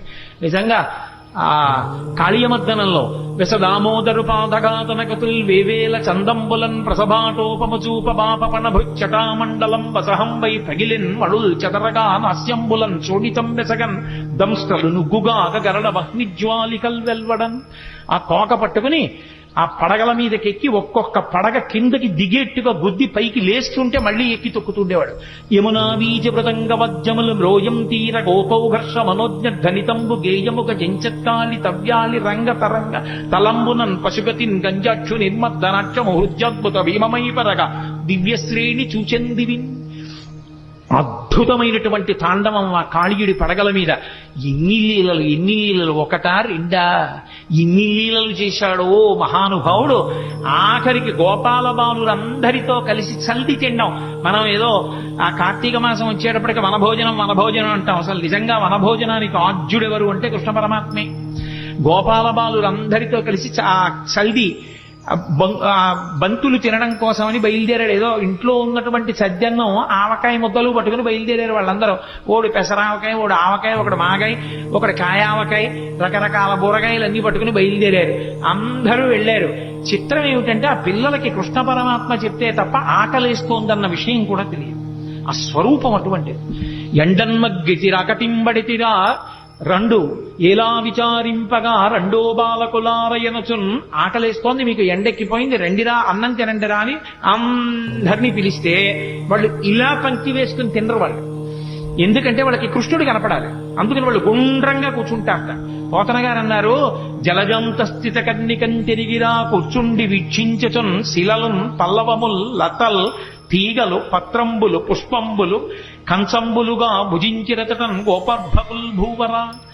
జలజాంత స్థిత కన్నికం తిరిగిరా సంఘంబులయ్యున్న వాళ్ళందరూ ఒక పద్మం ఎలా ఉంటుందో దానికి రేకులు చుట్టూ ఎలా ఉంటాయో అలా ఉంటే మధ్యలో దుడ్డులో కృష్ణుడు నించుంటాడు. వాళ్ళకి ఎంత భక్తి అంటే తెలిసో తెలియకో ఆ మధ్యలో నిలబడిన కృష్ణుడు ఏదో పరమాత్మ స్వరూపంగా నిలబడ్డం కాదు. ఆవుల్ని దూడల్ని కాసే కృష్ణుడు ఎలా ఉంటాడో అలాగే మట్టి కాళ్ళతో మట్టి చేతులతో పొద్దున్న స్నానం చేయరు, సాయంకాలం స్నానం చేస్తారు గోపాల బాలురు. అందరితో కలిసి వచ్చి వాళ్ళ మధ్యలో నిలబడి కూర్చుని తినడం కూడా కాదు, అలా నిలబడి కడుపున దిండుగా కట్టిన వలువలో లాలిత వంశనాళంబుజునిపి విమల శృంగంబును వేత్రదండంబును జారిరా నీకడా చంక నిరిగి మీగడ పెరుగుతో మేళవించిన చల్ది ముద్దయా వల్లి చేతన నయనునిచి చలరేగి కొసరి తెచ్చిన బూరగాయలు వేళ్ల సందులను తాన నయనునిచి సంగడీల నడుమ చక్కగా కూర్చుండి నర్మభాషణముల నగవు నెరపి యాగభుక్త కృష్ణుడు అమరులు వెరగొంద శైశవంబు మెరసి చల్ది కుడిచే. పోతన గారు పొంగిపోయారంతే. ఆయన మధ్యలో నిలబడి ఆ పైన దట్టి తీసి ఇలా కడుపుకి అడ్డంగా పెద్ద బట్ట కట్టి ఏదో దిండు కట్టినట్టుగాను ఆ వేణువు తీసి అందులో పక్కకి దోపుకుని ఆవుల్ని దూడల్ని పిలవడానికి ఉపయోగించేటటువంటి బోరా కర్ర తీసి చంకలో పెట్టుకుని ఈ చెయ్యి ఇలా అంటే పడిపోతాయి, అందుకని ఇలాగే పెట్టుకుని అమ్మ పెట్టినటువంటి ఆ మేగడ పెరుగు ముద్ద ఒకటి ఎడం చేతిలో పెట్టుకుంటే కృష్ణ కృష్ణ మా ఇంట్లో ఆవకాయ పెచ్చు తినని ఓడిచ్చాడు, మా ఇంట్లో మాగాయ ముక్క తినని ఓడిచ్చాడు, అవన్నీ వేళ్ల మధ్యలో పెట్టుకుని ఇలా నాక్కుని ఇలా ముద్ద తింటూ వాడిచ్చిన ఎంగిలి ముద్ద తింటూ వాళ్ళల్లో వాళ్ళు ఇందులో పాత్రలోది అందులో పాత్రలోది ఏరుకు తినేస్తుంటే నేను ఇందుకు ఇలా చేయించుకోవడం. అందుకని అలా తినేస్తుంటే వాళ్ళు సంతోషంగా ఆ మధ్యలో నిలబడి తింటున్న ఎవరా కృష్ణుడు? యాగభోక్త కృష్ణుడమరులు వెరగొంద శైశవంబు మెరసి చల్ది కుడిచే. యాగభోక్త అయిన కృష్ణ పరమాత్మ స్వాహాకారంతో ఇస్తే తినవలసిన వాడు గోపాల బాలుల మధ్యలో ఎంగిళ్లు తింటుంటే రంభాదులు నాట్యం చేశారు పైన. ఏమీ ఆశ్చర్యం రా, ఇంతకి కిందకొచ్చేశాడో పరమాత్మ. ఏ పాములెరుగక ఏ పారు మేటికి పశుల కాపరి ఇంట పాము కలిగే, ఏ కర్మయును లేక వెలయునొక్కటికి జతకర్మంబులు సంభవించే, ఏ తల్లి చనుబాలు ఎన్నడెరుగని ప్రోఢ తల్లి యశోద చన్నుల పాలు త్రావనిరిగే, ఏ హాని వృద్ధుల నెరుగని బ్రహ్మంబు పొదివిటిలో వృద్ధి పొందనుందే, ఏ తపములనైన ఎలమి పండని పంట వల్లవీజనముల వాడపండే, ఏ చదువులనైన ఇట్టిట్టెదనరాని అర్థం అవయవముల యందు అందముందే. ఏమి అద్భుతం! వికారములు లేని పరమాత్మ యజ్ఞభోక్త వీళ్ల మధ్యలో నిలబడి సద్యన్నం తింటున్నాడా అని తెల్లబోయారు. అది కృష్ణావతారం అంటే అంత కిందకొచ్చేసి బ్రహ్మగారు ఆశ్చర్యపోయి వాడు పరమాత్మ అని ఆవుల్ని దూడల్ని దాచేశాడు.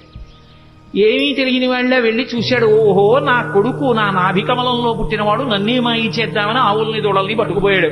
ఆయన పట్టుకుపోతే నేను సృజించలేనా ఏమనుకున్నాడు. మళ్ళీ ఏ ఆవుల్ని ఏ దూడల్ని ఏ మచ్చలున్నదాన్ని అలా ఆవుల్ని దూడల్ని చూసి ఇలా వచ్చేటప్పటికి పిల్లల్ని దాచేశాడు. వీళ్ళని దాచేస్తేనే సృజించలేనా ఏమనుకున్నాడు. కరములు పదములు శిరంబుల్ లవనగ్నంబుల్ ముఖములున్ కన్నులు ముక్కులున్ శ్రవణములు దండనంబర సడ్వేడు విషాణ భూషణ భయో భాషాగుణాఖ్యాన తత్పరత వీడవకుండ దల్చె విబుడా వత్సర్భకారముల్. ఏ ఆవు ఏ దూడ ఏ తోక దేని అలవాటు ఎలా ఉంటుందో, ఏది కుమ్ముతుందో, ఏది సాధువుగా ఉంటుందో, ఏది ఎంత పాలిస్తుందో, ఏ పిల్లాడు ఎలా ఉంటాడో, ఎవడికి పుట్టుమచ్చలు ఎక్కడుంటాడో, ఎవడు సన్నగా ఉంటాడో, ఎవడు లావుగా ఉంటాడో, ఎవడు ఎక్కువ తింటాడో, ఎవడు తక్కువ తింటాడో, ఎవడు పరిగెడతాడో, ఎవడు కూర్చుంటాడో, ఎవడు నీరసంగా ఉంటాడో, ఎవడికి అనారోగ్యమో, ఆ పిల్లల కింద, ఆవుల కింద, దూడల కింద తానే మారిపోయాడు. ఇంటికి వెళ్ళేటప్పటికే పోని తల్లులు గుర్తుపట్టగలరా? ఏ తల్లులకే బాలకు లేతెరుగున తిరిగి ప్రీతి కలిగింతురుము, నా తల్లుల కాబాలకు లాతెరగున ప్రీతి చేసిరవనీనాథ అన్నాడు సుఖబ్రహ్మ. ఏ తండ్రి దగ్గర ఏ పిల్లవాడు ఎలా ప్రవర్తిస్తాడో అలాగే ప్రవర్తించేటట్టుగా తానే మారిపోయి ఇంతమందితో ఉన్నాడు. బ్రహ్మగారు అలా లోపలికి వెళ్ళి అన్నీ బంధించి పైకొచ్చి చూశాడు, అలాగే ఉన్నాయి. మళ్ళీ ఇప్పుడు ఆయన తెల్లబోయాడు. బ్రహ్మ పంపునగాని సృష్టి జరగదు ఎప్పుడు, బ్రహ్మనొక్కడగాని వేరొక బ్రహ్మ లేడు సృజింపంగా, బ్రహ్మ నేను సృజింపక ఏ బ్రహ్మమందు సృజింపబడే ఆ ఒక్కటి బ్రహ్మవు అది చూడగా. బ్రహ్మ నేను సృష్టించాలి, నేను సృష్టించకుండా ఇవన్నీ ఎవడు సృష్టించాడు? ఓహో వాడురా బ్రహ్మము, పరబ్రహ్మము వాడు, వాడు నన్ను కన్న తండ్రి. పరిగెత్తుకొచ్చాడు. వచ్చి ఆవుల్ని దూడల్ని కాస్తూ వెన్నముద్ద తింటున్నట్టుగా నిలబడినటువంటి చిన్ని కృష్ణుడి కాళ్ళ మీద పడిపోయాడు. పడిపోతే అప్పుడు అది కృష్ణావతారం యొక్క మహాత్యం. అంటే బ్రహ్మగారంతటి వాడు ఇలా బ్రహ్మపదంబు వేదములకన్ వీక్షింపగానాని నిన్నీ లోకంబున ఈ వనాంతరమునంది మందలో కృష్ణయం చాలాపాది సమస్త భావములినీయందే నిక్షేపించు ఈ వ్రేలందొక్కని పాదరేణువులపై వేష్టించినం చాలదే అని అడిగాడు. నాకొద్దు దిక్కుమాల బ్రహ్మపదవి తీసేయి. ఇంతమంది పిల్లలు ఎన్నడునైన యోగి విభులవ్వని పాదపరాగమింతయున్ కన్నుల కానరట్టి హరి తద్దయు కైవడి చేడియాడుచున్ కౌగిట చెచ్చుచున్ తన్నుచు గుజ్జుచున్ నగచు తద్దయు కైవడి కొడియాడుచున్ మన్నన చేయు వల్లవ కుమారుల భాగ్యము విత్తయొప్పునే. పరబ్రహ్మమైనటువంటి నువ్వు ఈ భూమండలం మీద ఆడుకుంటుంటే ఏమీ తెలియని గోపాల బాలులు నిన్ను కౌగులించుకుంటున్నారు, తంతున్నారు, గుద్దుతున్నారు, నీ మీద పడుతున్నారు. అదా అదృష్టం, బ్రహ్మపదవి అదృష్టమా? ఎందుకు వచ్చింది? మాయ కమ్మింది నాకు, వద్దు తీసేయి. ఈ గోపాల బాలులలో ఎవరి పాదానికైనా అంటుకున్న ధూళి నా నాలుగు తలకాయల మీద చల్లుకుంటాను, నాకు అనుమతి ఇయ్యాలి. అహోభాగ్యం అహోభాగ్యం నందగోప వ్రజౌకసాం యన్మిత్రం పరమానందం పూర్ణం బ్రహ్మసనాతనం అంటారు వ్యాసుల వారు మూల భాగవతంలో. అంత అద్భుతమైనటువంటి అవతారం. అటువంటి పరమాత్మ పెద్దవాడైన తర్వాత ఎంత రక్షణ చేశాడో పాండవులను. అసలు నిజంగా కృష్ణ పరమాత్మయే లేకపోతే పాండవులు లేనే లేదు. ఎన్ని సందర్భాల్లో ఎన్ని చోట్ల ఎంత రక్షించాడో. భీష్మాచార్యుల వారు స్వచ్ఛంద మరణం, ఆయన్ని నిగ్రహించగలిగిన వాడు లేడు. దేవతలందరూ వచ్చి ఒక పక్క నిలబడినా సరే ఆయన్ని నిర్జించలేరు. ఆయనే చెలరేగి యుద్ధం చేస్తుంటే ధర్మరాజు గారు భయపడిపోయాడు. నిద్ర పట్టక శిబిరంలో తిరుగుతుంటే కృష్ణ పరమాత్మని చూశాడు. చూశావా కృష్ణ, మా తాత భీష్మాచార్యుల వారు ఇలా విజృంభించి యుద్ధం చేస్తే నా సైన్యం అంతా మడిసిపోతుంది, ఎక్కడి నుంచి వస్తుంది నాకు విజయం అని అడిగాడు. పిచ్చివాడా, మీ తాత ధర్మపక్షపాతి. ఇదే సమయం, చీకటి పడిపోయింది, ఎవ్వరుండరు. మీ తాత శిబిరానికి వెళ్ళు. తాత ఇలా యుద్ధం చేస్తే మాకెక్కడి నుంచి విజయం వస్తుంది, తాత మార్గం లేదా అని అడుగు. పాపం మహానుభావుడు ఇంతమంది మనవల్ని పిల్లల్ని పెంచి పెద్ద చేసి రాజ్యరక్షణ చేసినందుకు చిట్ట చివరికి తన మనవడి చేత అడగబడ్డాడు, తాత నువ్వు ఎలా చచ్చిపోతావు చెప్పు అని. ధర్మరాజు గారు అడిగితే, ఒరేయ్ మనవడా, నేను చేతిలో ధనస్సు పట్టుకుని ఉన్నంత కాలం నన్ను పడగొట్టడం ఎవరికీ సాధ్యం కాదు. అంబ నా మీద పగబట్టి నన్ను చంపడం కోసం తపస్సు చేసి ఆడదై పుట్టి మగవాడిగా మారింది. ఆడదై పుట్టి మగవాడిగా మారింది కాబట్టి అంబ శిఖండిగా తిరుగుతోంది. శిఖండిని అర్జునుడి రథం మీద నిలబెట్టండి. శిఖండి ఎదురుగుండా కనపడితే నేను బాణం వెయ్యను, ధనస్సు కింద పెట్టేస్తాను. ధనస్సు కింద పెట్టిన తర్వాత శిఖండి వెనక నుంచి అర్జునుడిని నా మీద బాణప్రయోగం చెయ్యమను, ఒళ్ళంతా తూట్లుగా కొట్టేయండి, ఆ బాణపంజరంతో కింద పడిపోతాను, తర్వాత మీరు యుద్ధం చెయ్యండిరా అన్నాడు. కృష్ణ పరమాత్మ చెప్పబట్టి శిఖండిని ఎదురుగుండా పెట్టుకుని భీష్మాచార్యుల వారిని పడగొట్టారు. ద్రోణాచార్యుల వారు ఒకానొక సందర్భంలో విజృంభించి ధనస్సు పట్టుకుని వైరి పక్షంలో ఒక్కడిని బ్రతకనివ్వనని అగ్నిహోత్రంలా విజృంభించాడు. కృష్ణ పరమాత్మ దగ్గరికి వెళ్ళి ఏడిచాడు ధర్మరాజు, ఏం చేయమంటావు, ఎలా ఇప్పుడు సాక్షాత్తు గురువు ఆయన్ని ఎలా నిగ్రహించడం అని. ఒక్కటే కార్యం, భీమసేన నువ్వు వెళ్ళి అవతల వైపు సైన్యంలో అశ్వత్థామ అని పేరు కలిగినటువంటి ఏనుగుంది, నీ గదాదండంతో దాన్ని చంపేసిన తర్వాత గట్టిగా అరువు, అశ్వత్థామ హతః అన్నారు. మంచి యుద్ధం చేస్తున్నాడు ద్రోణాచార్యుల వారు. భీమసేనుడు వెళ్ళి ఆ ఏనుగుని చంపి ఒక పెద్ద అరుపు అరిచాడు, అశ్వత్థామ హతః అన్నాడు. నమ్మలేదు ద్రోణాచార్యులు. నన్ను నా ఉత్సాహాన్ని తగ్గించడానికి అరుస్తున్నాడని అదే బాణ పరంపర కొనసాగిస్తున్నాడు. ధర్మరాజు పరిగెత్తుకెళ్ళాడు కృష్ణుడి దగ్గరికి. పెద్ద ధర్మాన్ని నిలబెట్టడానికి చిన్న అధర్మం చెయ్యక తప్పదు ధర్మరాజా. అశ్వత్థామ హతః అండం నీకు ఇష్టం లేకపోతే నువ్వు కనపడు చాలు. మనసులో అనుమానం ఉంది ద్రోణుడికి, అడుగుతాడు. నువ్వు చెప్తే మాత్రం నమ్మి తీరుతాడు. ఆయన ధనస్సు వదిలేయాలంటే ఒక్కటే మార్గం. నువ్వు ఆయన ముందు చెప్పావో అశ్వత్థామ చచ్చిపోయాడని ధనస్సు కింద పడేస్తాడు. కొడుకు మీద వ్యామోహం. అందుకని అశ్వత్థామ హతః అను అంటే గురువు ఎదురుగుండా నిలబడిన వాడు అంత మాట అనడమా నేను అననన్నాడు. ప్రాణమే పోయినా నేను అన్నా. అనక తప్పదు. పెద్ద సత్యాన్ని పెద్ద ధర్మాన్ని ఆవిష్కరించడానికి చిన్న అధర్మం చెయ్యాలి. పోనీ అబద్ధం చెప్పద్దు. అశ్వత్థామ హతః అని గట్టిగా అని కుంజరహ అని మెల్లిగా అన్నాడు. కుంజరహ అంటే ఏనుగు. ధర్మరాజు గారు వెళ్ళగానే చూశాడు ద్రోణాచార్యుల వారు అబద్ధం ఆడటం అని. ధర్మరాజా అశ్వత్థామ ఏమయ్యాడన్నాడు. అశ్వత్థామ హతః కుంజరహ అన్నాడు. ధర్మరాజు గారి నోటి వెంట ఆ మాట విన్నాడంతే వదిలిపెట్టేశాడు. వదిలిపెట్టేయడం ఏమిటి, బాణాలు కొట్టేశాడు అర్జునుడు. దృష్టజ్యుమ్నుడు ఒక్క దూకు దూకి ద్రోణాచార్యుల వారి శిరస్సు కోసేశాడు. ద్రోణాచార్యుల వారు చనిపోయారు. ద్రోణాచార్యుల వారే పడిపోకపోతే యుద్ధంలో గెలిపెక్కడిది? ఇవన్నీ ఒకెత్తు. సైంధవుడు యుద్ధానికి వచ్చినప్పుడు పరమశివుడి గురించి తపస్సు చేశాడు. పరమశివుడి గురించి తపస్సు చేసి పంచపాండవుల్ని గెలిచే వరం ఇమ్మన్నాడు. పంచపాండవుల్ని గెలవడం నీ తరం కాదు, పాశుపతాస్త్రం నేనే ఇచ్చే అర్జునుడికి. అర్జునుడిని తక్క మిగిలిన నలుగురిని ఒకరోజు మాత్రం యుద్ధంలో గెలుస్తా ఉన్నాడు. అర్జునుడు దూరంగా ఉండడం చూసి అభిమన్యు కుమారుడు పద్మవ్యూహంలోకి వెళ్తే సైంధవుడు నలుగురిని, ధర్మరాజు, భీముడు, నకులుడు, సహదేవుడిని నలుగురిని లోపలికి వెళ్లకుండా చూసి అభిమన్యుడు చచ్చిపోవడానికి కారణమయ్యాడు. అందుకని సైంధవుడిలో అడ్డుపడ్డాడంటారు. రాత్రి శిబిరానికి తిరిగి వచ్చినటువంటి అర్జునుడు ఏడిచాడు కొడుకు చచ్చిపోయాడని. ఏడిచి మీరు నలుగురు ఎందుకు వెళ్ళి రక్షించలేదని అడిగాడు అన్నల్ని. సైంధవుడు అడ్డుపడ్డాడో తనకు వరం ఉందన్నారు. తొందరపడి ప్రతిజ్ఞ చేసేశాడు. రేపు సూర్యాస్తమయానికి నేను సైంధవుడి తల తరగకపోతే నేనే చచ్చిపోతాను. అర్జునుడు బానే పడుతున్నాడు ఆ రాత్రి, కృష్ణుడు నిద్రపోలేదు. మహాభారతం చదివితే ఎంత భక్తపరాధీనుడు రా అనిపిస్తుంది. ఆఖరికి అటు ఇటు దొర్లుతూ ఉంటే సారథి దారుకుడు వచ్చి పిలిచాడు. ఎందుకు అలా ఉన్నారని అడిగాడు. ఎలా నిద్ర పడుతుంది? తొందరపడి ప్రతిజ్ఞ చేశాడు. ద్రోణాచార్యుల వారు తక్కువడా? అర్జునుడినొక్కడిని ఆపేస్తే చాలు, రేపు ఖచ్చితంగా అర్జునుడు చచ్చిపోతాడు. ఆత్మహత్య చేసుకుని ప్రాణం వదిలిపెట్టేస్తే గెలుపు కౌరవులది. రేపు సైంధవుడు అర్జునుడికి చిక్కకుండా చూడడం ఎలాగో ద్రోణుడికి తెలుసు. ద్రోణుడు వ్యూహం పన్ని ఎక్కడో దాస్తాడు సైంధవుణ్ణి. యుద్ధంలో అసలు అక్కడ దాకా వెళ్ళడం కుదరదు. ఎందుకంటే ద్రోణాది వీరులు ముందే ఉంటారు. స్వర్ణ కవచాన్ని అభిమంత్రించి కట్టాడు దుర్యోధనుడికి. వెళ్ళలేకపోయాడు అర్జునుడు. వెళ్ళలేకపోయి ద్రోణాచార్యుల వారే పెద్ద పర్వత శిఖరంలో ఎదురుగుండా నించుని శకట వ్యూహం పన్నాడు. శకట వ్యూహం పన్ని లోపల ఎక్కడో చిట్ట చివర దాచేశాడు సైంధవుణ్ణి. పొద్దున్నైపోయింది, మధ్యాహ్నం అయిపోయింది, పొద్దు ఒరిగిపోతోంది. యుద్ధం చేస్తూనే ఉన్నాడు. ఎక్కడికో వెళ్ళాలి, ఇంకా మొదట్లో ఉన్నాడు. వ్యూహాన్ని ఛేదించనే లేదు. అయిపోయింది, సూర్యాస్తమయ వేళ అయిపోయింది. సైంధవుడు సంతోషపడిపోతున్నాడు. అమ్మయ్య, ఇక అర్జునుడు నా దగ్గరికి వచ్చే అవకాశమే లేదు, నేను చచ్చిపోనని.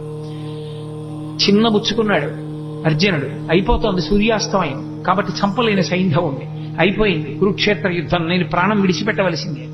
చూశాడు కృష్ణ పరమాత్మ అర్జునుడి యొక్క అవస్థ. చూశావా, తొందరపడితే బావా ఎలా ఉంటాయో పరిణామాలు, జాగ్రత్త వహించు, ఇప్పుడు నేనేం చేస్తానో చూడన్నాడు. మాయాతిమిరాన్ని సృష్టించాడు. అది సూర్యుడిని అడ్డింది. సూర్యాస్తమయం అయిపోయింది, అర్జునుడు కొట్టలేకపోతున్నాడే అన్నాడు. అలా మాటలు విన చీకటి పడింది అన్న మాట వినపడగానే అర్జునుడు దగ్గరలో లేడు కదా అని సైంధవుడు నిక్కి నిక్కి తలపైకెత్తాడు. తలపైకెత్తి నిలబడ్డాడు. బావాడిగో సైంధవుడు కొట్టేయన్నాడు. బాణం వేసి వెంటనే తలని కొట్టాడు. కొట్టగానే మాయాతిమిరాన్ని తొలగించాడు. చీకటి పడ్డా కొట్టాడందాం అనుకున్నారు, మళ్ళీ సూర్యుడు పైకి వచ్చాడు. అమ్మా, మనం పొరపాటు పడ్డాను రా, సూర్యాస్తమయం అవలేదనుకుంటున్నారు. సైంధవుడి తల బావా కింద పడిందో నీ తల 100 ఒక్కలైపోతుంది. ఎందుకంటే సైంధవుడికి తండ్రి ఉన్నాడు, వృద్ధక్షత్రుడు ఆయన పేరు. ఆ వృద్ధక్షత్రుడికి తపస్సు చేస్తే పుట్టాడు జయద్రథుడు అన్న పేరుతో సైంధవుడు. ఆయన పుట్టినప్పుడు అశరీరవాణి పలికింది. ఇతని యామరపాటులో ఉన్నప్పుడు ఒక సుక్షత్రియుడు ఇతని తల కొట్టేస్తాడంది. వెంటనే తండ్రి అన్నాడు, ఏ సుక్షత్రియుడు నా కొడుకు తల కొట్టి కింద పడేస్తాడో వాడి తల 100 ఒక్కలైపోతుంది అన్నాడు. ఎవడు తల కొట్టేస్తాడో, తల కొట్టి కింద పడేస్తాడో వాడి తల 100 ఒక్కలవుతుంది అన్నాడు. బావా నీకు తెలియదు, వాళ్ళ తండ్రి శాపం ఉందా, తల కింద పడిపోతే నీ తల 100 వక్కలైపోతుంది, అందుకని ఆ తల కింద పడకుండా బంతులాడన్నాడు. ఓ పక్క యుద్ధం చేస్తూ ఓ పక్క బాణం వేస్తూ సైంధవుడి తల కింద పడకుండా పైనే బంతులాడాడు. బావా ఇటు యుద్ధం కష్టంగా ఉంది, పాశుపతాస్త్రం వేసి దీన్ని ఎక్కడో హిమాలయ పర్వతాల అవతల ఉన్నటువంటి ఆ శమంతక పంచకం దగ్గర కూర్చుని అసుర సంధ్య వేళ అవుతోందని సంధ్యావందనానికి కూర్చున్నాడు వృద్ధక్షత్రుడు, ధ్యానంలో ఉన్నాడు. ఆయన చేతుల్లో పడేటట్టు కొట్టు, వాళ్ళ తండ్రి చేతుల్లోనే పడుతుంది తలకాయ అన్నాడు. తిన్నగా పాశుపతాస్త్రం వేస్తే సైంధవుడి తలకాయ వెళ్ళి వృద్ధక్షత్రుడి చేతిలో పడింది. ఇదేమిట్రా అర్ఘ్యమిద్దాం అంటే చేతిలో తలకాయ పడింది, చెయ్యని ఇలా అన్నాడు కొడుకుని చూసుకోకుండా. ఆయన చేతిలోంచి తల కింద పడింది కాబట్టి ఎవరి చేతిలోంచి తల కింద పడిందో వాడి తల 100 వక్కలవ్వాలి. తండ్రి వృద్ధక్షత్రుడి తలకాయ 100 వక్కలైంది. కృష్ణుడు లేకపోతే అర్జునుడి బతికేమవును, పాండవులేమో. మహానుభావుడు మహాభారత యుద్ధంలో ఒకసారి కాదు ఎన్ని మాటలో కర్ణుడు ఎదురుగుండా నిలబడి ఇంద్రుడిచ్చిన నాగాస్త్రాన్ని ప్రయోగించాడు. ప్రయోగిస్తే నాగాస్త్రం వచ్చేస్తోంది. ఇక అర్జునుడి కంఠం మీదకి వస్తోంది, తల నరికేస్తుంది. వెంటనే తన బొటనవేలు పెట్టి రథాన్ని నొక్కాడు. 5 అంగుళాలు కిందికి దిగిపోయింది. రథం భూమిలోకి దిగిపోతే ఆ వచ్చినటువంటి నాగాస్త్రం అర్జునుడి కిరీటాన్ని కొట్టింది. ఆ కిరీటం కింద పడిపోయింది. అర్జునుడు దక్కాడు. భగదత్తుడు యుద్ధం చేస్తూ వైష్ణవాస్త్రం ప్రయోగించాడు. ఆ వైష్ణవాస్త్రం తిన్నగా వచ్చి అర్జునుడికి కొట్టేస్తుంది. దానికి ఇంకెదురులేదు, అది వచ్చేస్తోంది. కృష్ణ పరమాత్మ అర్జునుడికి ఎదురు నిలబడ్డాడు. నిలబడితే అది వైజయంతిమాలగా పడిపోయింది. అర్జునుడు నింద చేశాడు కృష్ణుణ్ణి. ఏమి కృష్ణ, నీ చేతకాని వాడినా అస్తమానం నువ్వెందుకు అడ్డుకుంటావు, నేను యుద్ధం చేయలేనా, ఏమనుకుంటారు అందరూ అని అడిగాడు. బావా నీకు తెలియదు, ఒకానొకప్పుడు నేను శ్రీ మహావిష్ణువుగా ఉన్నప్పుడు ఈ భూమినంతటినీ పైకి ఉద్ధరించాను కోర మీద. అప్పుడు భూదేవి నా సంపర్కాన్ని అపేక్షించింది. మా ఇద్దరికీ పుట్టిన కొడుకు నరకాసురుడు. ఆ నరకాసురుడు మళ్ళీ తల్లి చేతిలోనే చనిపోవాలి. అందుకే సత్యభామ అన్న పేరుతో భూదేవి వచ్చినప్పుడు ఆవిడ చేతిలో నిహతుడయ్యాడు. నరకాసురుడి కొడుకు భగదత్తుడు. నాకు సంబంధించిన వైష్ణవాస్త్రం అతని చేతిలో ఉంది. ఆ వైష్ణవాస్త్రాన్ని ఎవరూ అడ్డలేరు, నీ సాధ్యం కాదు. అందుకే దానికి నేనే అడ్డెళ్ళి నాలోకే వైజయంతిమాలగా వేసుకున్నాను. ఇప్పుడు సంహరించు భగదత్తుణ్ణి అన్నాడు. మహానుభావుడు అలా సంహరించాడు. అలా భగదత్తుణ్ణి పడగొట్టాడు. వేరొకసారి నారాయణాస్త్ర ప్రయోగం చేశారు. అందరూ గబగబా నారాయణాస్త్రం ఏం చెయ్యాలన్నారు. నారాయణాస్త్రం నుంచి తప్పుచ్చుకోవడానికి ఒక్కటే మార్గం, ఎవరి చేతిలో ఉన్న ఆయుధాలు వాళ్ళు కింద పడేసి రథాల నుంచి దూకేయండి కిందకి. అలా దూకేస్తే నారాయణాస్త్రం ప్రసన్నమవుతుంది. ఎవరు ఎదురు తిరగలేరు కాబట్టి వెళ్ళిపోతుంది, ఎవరిని చెనకదు. ఎవ్వరూ చేతిలో ఆయుధం పట్టుకోకండి అర్జునుడి కిందకి దోహించాడు, తను దూకేశాడు. అందరూ పాండవులు సైన్యం కిందకి దిగిపోయి ఆయుధాలు వదిలేసి నించున్నారు. ఇంతమంది కిందకి దిగిపోయి నించునుంటే భీమసేనుడు ఒక్కడు మాత్రం గర్వంతో నారాయణాస్త్రం అయినా సరే నేను నా గద వినిపించి పెట్టండి గద పట్టుకుని తిరుగుతున్నాడు. వచ్చేసింది నారాయణాస్త్రం. ఎక్కడ చంపేస్తుందోనని అర్జునుణ్ణి తీసుకుని పరుగున వెళ్లి ఆ రథం మీదకెక్కి ఆ భీముణ్ణి రథంలోంచి కిందకి తోసేశాడు. ఆ గద లాగేసుకుని కింద పడిపోయి ఆ ఆయుధం లేకుండా నించున్నాడు భీముడు. దాటి వెళ్ళిపోయింది నారాయణాస్త్రం. ఎన్ని మాటలు రక్షించాడు. ఒక మాట 2 మాటల మహాభారతం జరిగితే కృష్ణ పరమాత్మ యొక్క రక్షణ పాండవులకు ఎన్ని మాటలు రక్షించాడో మహానుభావుడు. ఎంతమంది రాక్షసుల్ని కురుక్షేత్రం వరకు రాకుండానే నిగ్రహించాడు జరాసంధాదులను. లేకపోతే ఎంత ప్రమాదం జరిగి ఉండేదో. ఆఖరికి ఒకానొక సమయంలో అయితే అర్జునుడు దూరంగా ఉండడం చూసి కర్ణుడు చాలా భయంకరమైనటువంటి యుద్ధం చేశాడు ధర్మరాజు గారితో. ధర్మరాజు గారు ఆ యుద్ధంలో తట్టుకోలేకపోయాడు. తట్టుకోలేక కర్ణుడి చేతిలో విశేషంగా దెబ్బలు తిని ఇంటికి వచ్చాడు. అర్జునుడు తిరిగి వచ్చాడు. మా అన్నగారు ఇవాళ యుద్ధంలో ఇన్ని దెబ్బలు తిన్నారట అని బాధపడి ధర్మరాజును చూడ్డానికి వెళ్ళాడు. ధర్మరాజుకి ఎక్కడలేని ఆగ్రహం వచ్చి, నువ్వు కర్ణుణ్ణి నిర్జించలేదు, నేను ఇంత బాధపడ్డాను, నీకు చేత కాకపోతే ఆ గాంధీవం ఎవరికన్నా ఇవ్వకూడదా అన్నాడు. వెంటనే అర్జునుడు కృష్ణుడి వంక తిరిగి అన్నాడు, గాంధీవం నీకు చేత కానప్పుడు ఎవరికైనా ఇవ్వకూడదా అని నన్ను ఎవరైనా అంటే వాళ్ళని చంపేస్తానని ప్రతిజ్ఞ చేశాను. ప్రతిజ్ఞాభంగం చేయకూడదు. కాబట్టి బావా నేను ఇప్పుడు ధర్మరాజు గారిని చంపేయాలి, అన్నయ్యని ఎలా అని అడిగాడు. అడిగితే అయ్యో ఇప్పుడు ధర్మరాజు గారిని చంపేస్తే యుద్ధం ఎలాగయా, ఈ ప్రతిజ్ఞలు బాగున్నాయి, గాంధీవం ఎవరికన్నా ఇచ్చేయి అన్నవాడిని చంపేస్తానని ప్రతిజ్ఞ చేశావా? ధర్మరాజు అన్నాడా? అందుకని అన్నయ్యని చంపేస్తావా? ఇదెక్కడి ప్రతిజ్ఞ? చంపేయడంతో సమానం ఏమిటంటే ఏకవచన ప్రయోగం చేయడమే.